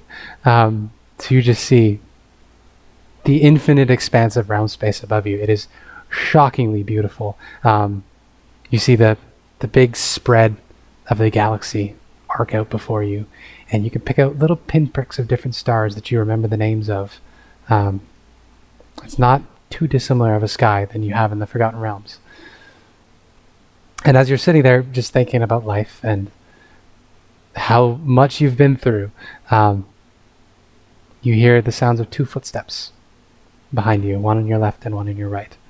And 2 voices come over your head and they say, "It has been so long, my love." And the other voice says, "It has been too long, lifetimes, my love. But we are together now, thanks to this one. When I found him, he was so lost. He was so lost, but he had so much hope inside him still, so much faith, so much potential. He argued with death. He convinced me to change my mind. I'm one of the oldest deaths. That's not an easy thing to do." And these 2 figures on either side of you, Teotl, crouch and sit down next to you, and you feel them, even if you can't see them, on either side of you. And they just sit with you for a while, looking at the stars. And they say, "Because of you, all of the souls in this place can go home to their final rest, where they will be remembered forever by the mother who never forgets. And because of you, we who serve death so diligently, so adamantly, we no longer have to be alone either. We can be together. Thank you, preacher, for your service. Thank you for freeing these souls, the dead and those who work for her." I'm glad. It's my duty after everything you've done for me to at least give something back. I've taken way too much from the world. So do we all. The important thing to remember is that you chose better. You can always choose better. There is no one who is too far gone. Everyone can do what is right. And they embrace you from either side. And you can tell you're not long for this world. And that's when Redmond comes in. He barges in with a, "Haven't you even heard of closing the goddamn door?"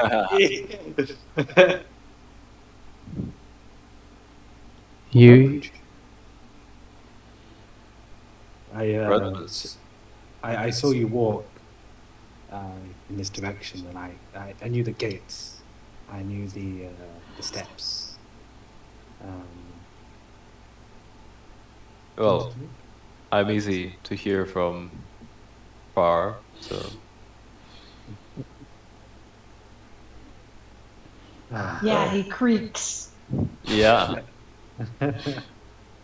You mind if I take a seat? sure. He sits in Descent's spot. Absolutely. The presence just sort of... the presence groans in your head and then sort of shuffles out of the way. Are you heading off? Yes, I will be leaving. I've done what I came here to do. Do you mind if I just spend some time with you? No, not at all. Of course. It looks across the water. Looks at Teotl.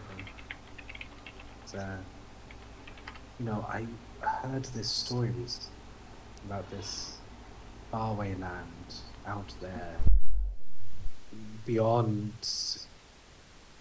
the multiverse or something, in different planes of existence. I can't understand it myself, but it's a fantastical place.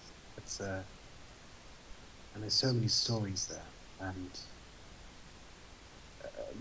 if you'd like, I could recite you one. I've only just heard it myself. If you want to, please do. And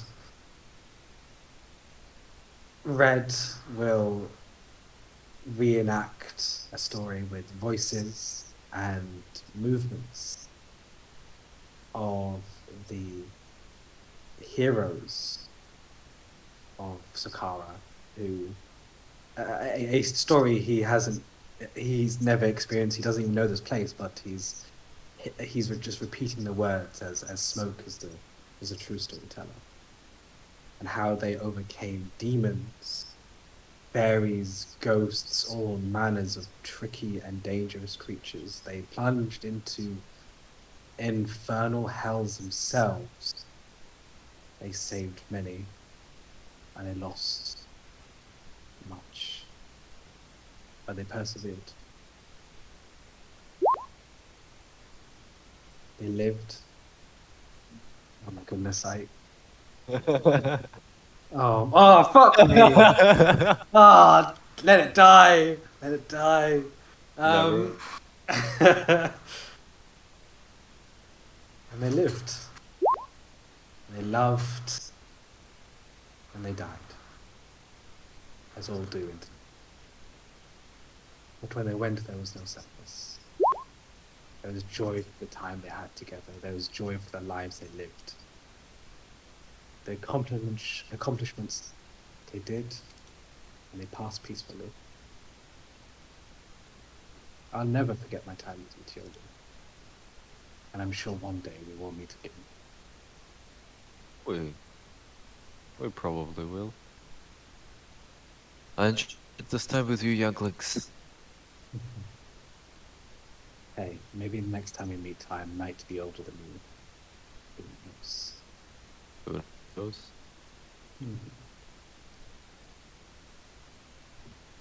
I'm just glad that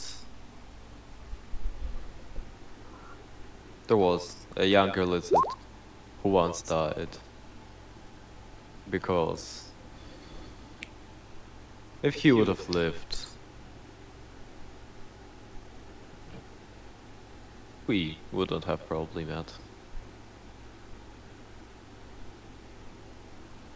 And to the young lizard, and the wonderful fate that he had woven. I'm glad our threads touched, and I believe now they are intertwined. I believe so as well. I just hope that I won't see you for a lot of time in the place where I'm headed to. But when I do see, I'll be flowers. Please. And with that, Redmond kind of lies back, staring at the bright sky. All right. So Celina looks on from the tree where she is surreptitiously watching. Volk, hangs out and does the Volk thing. And Preacher, your breathing gets slower and deeper, and anybody that is looking can see he's beginning to unravel, is the best way to describe it. It looks like there are little pieces of him that are just sort of blowing away, like a dandelion head in spring. Can I hold your hand? Would you be comfortable with that? You can, if you so much desire. Yeah, it's a weird feeling. It's like trying to hold marbles. Yeah, that makes sense. Yes, Volk is making biscuits. The armor is quite happy to get a massage. Preacher, you begin fading away, and you see. Well, you've already the images of the Lady of the Lost and Decentus, the law and the love of death, standing on either side of you. They become more and more clear as your vision begins to fade, as your body recedes from reality, and they embrace you, and you enter into their folds. And because death is a place that is timeless and without time, you travel through time and space and distance, impassable and improbable, incomprehensible. You find yourself in a palace of broken glass, shards of mirrors just forever spinning and moving in place. And you find yourself walking through them. And through each of these mirror shards, you can see people, faces, different versions of faces as far as the eye can see in every direction.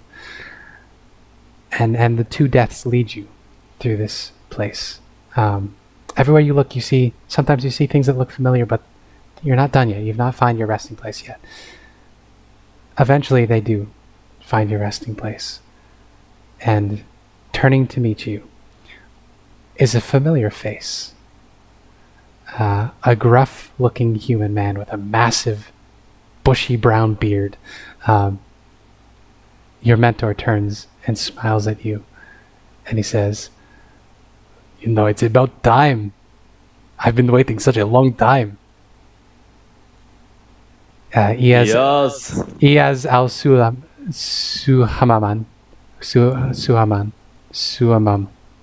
There we go. Iaz al-Suhamam approaches you and embraces you, and he says, "You never got to meet him, but there is somebody here who I think you would very much like to meet."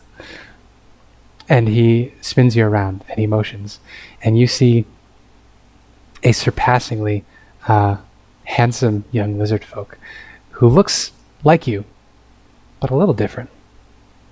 And he turns and he smiles at you and he says, "It's so good to meet you, Dad." And that's where we'll end today's session.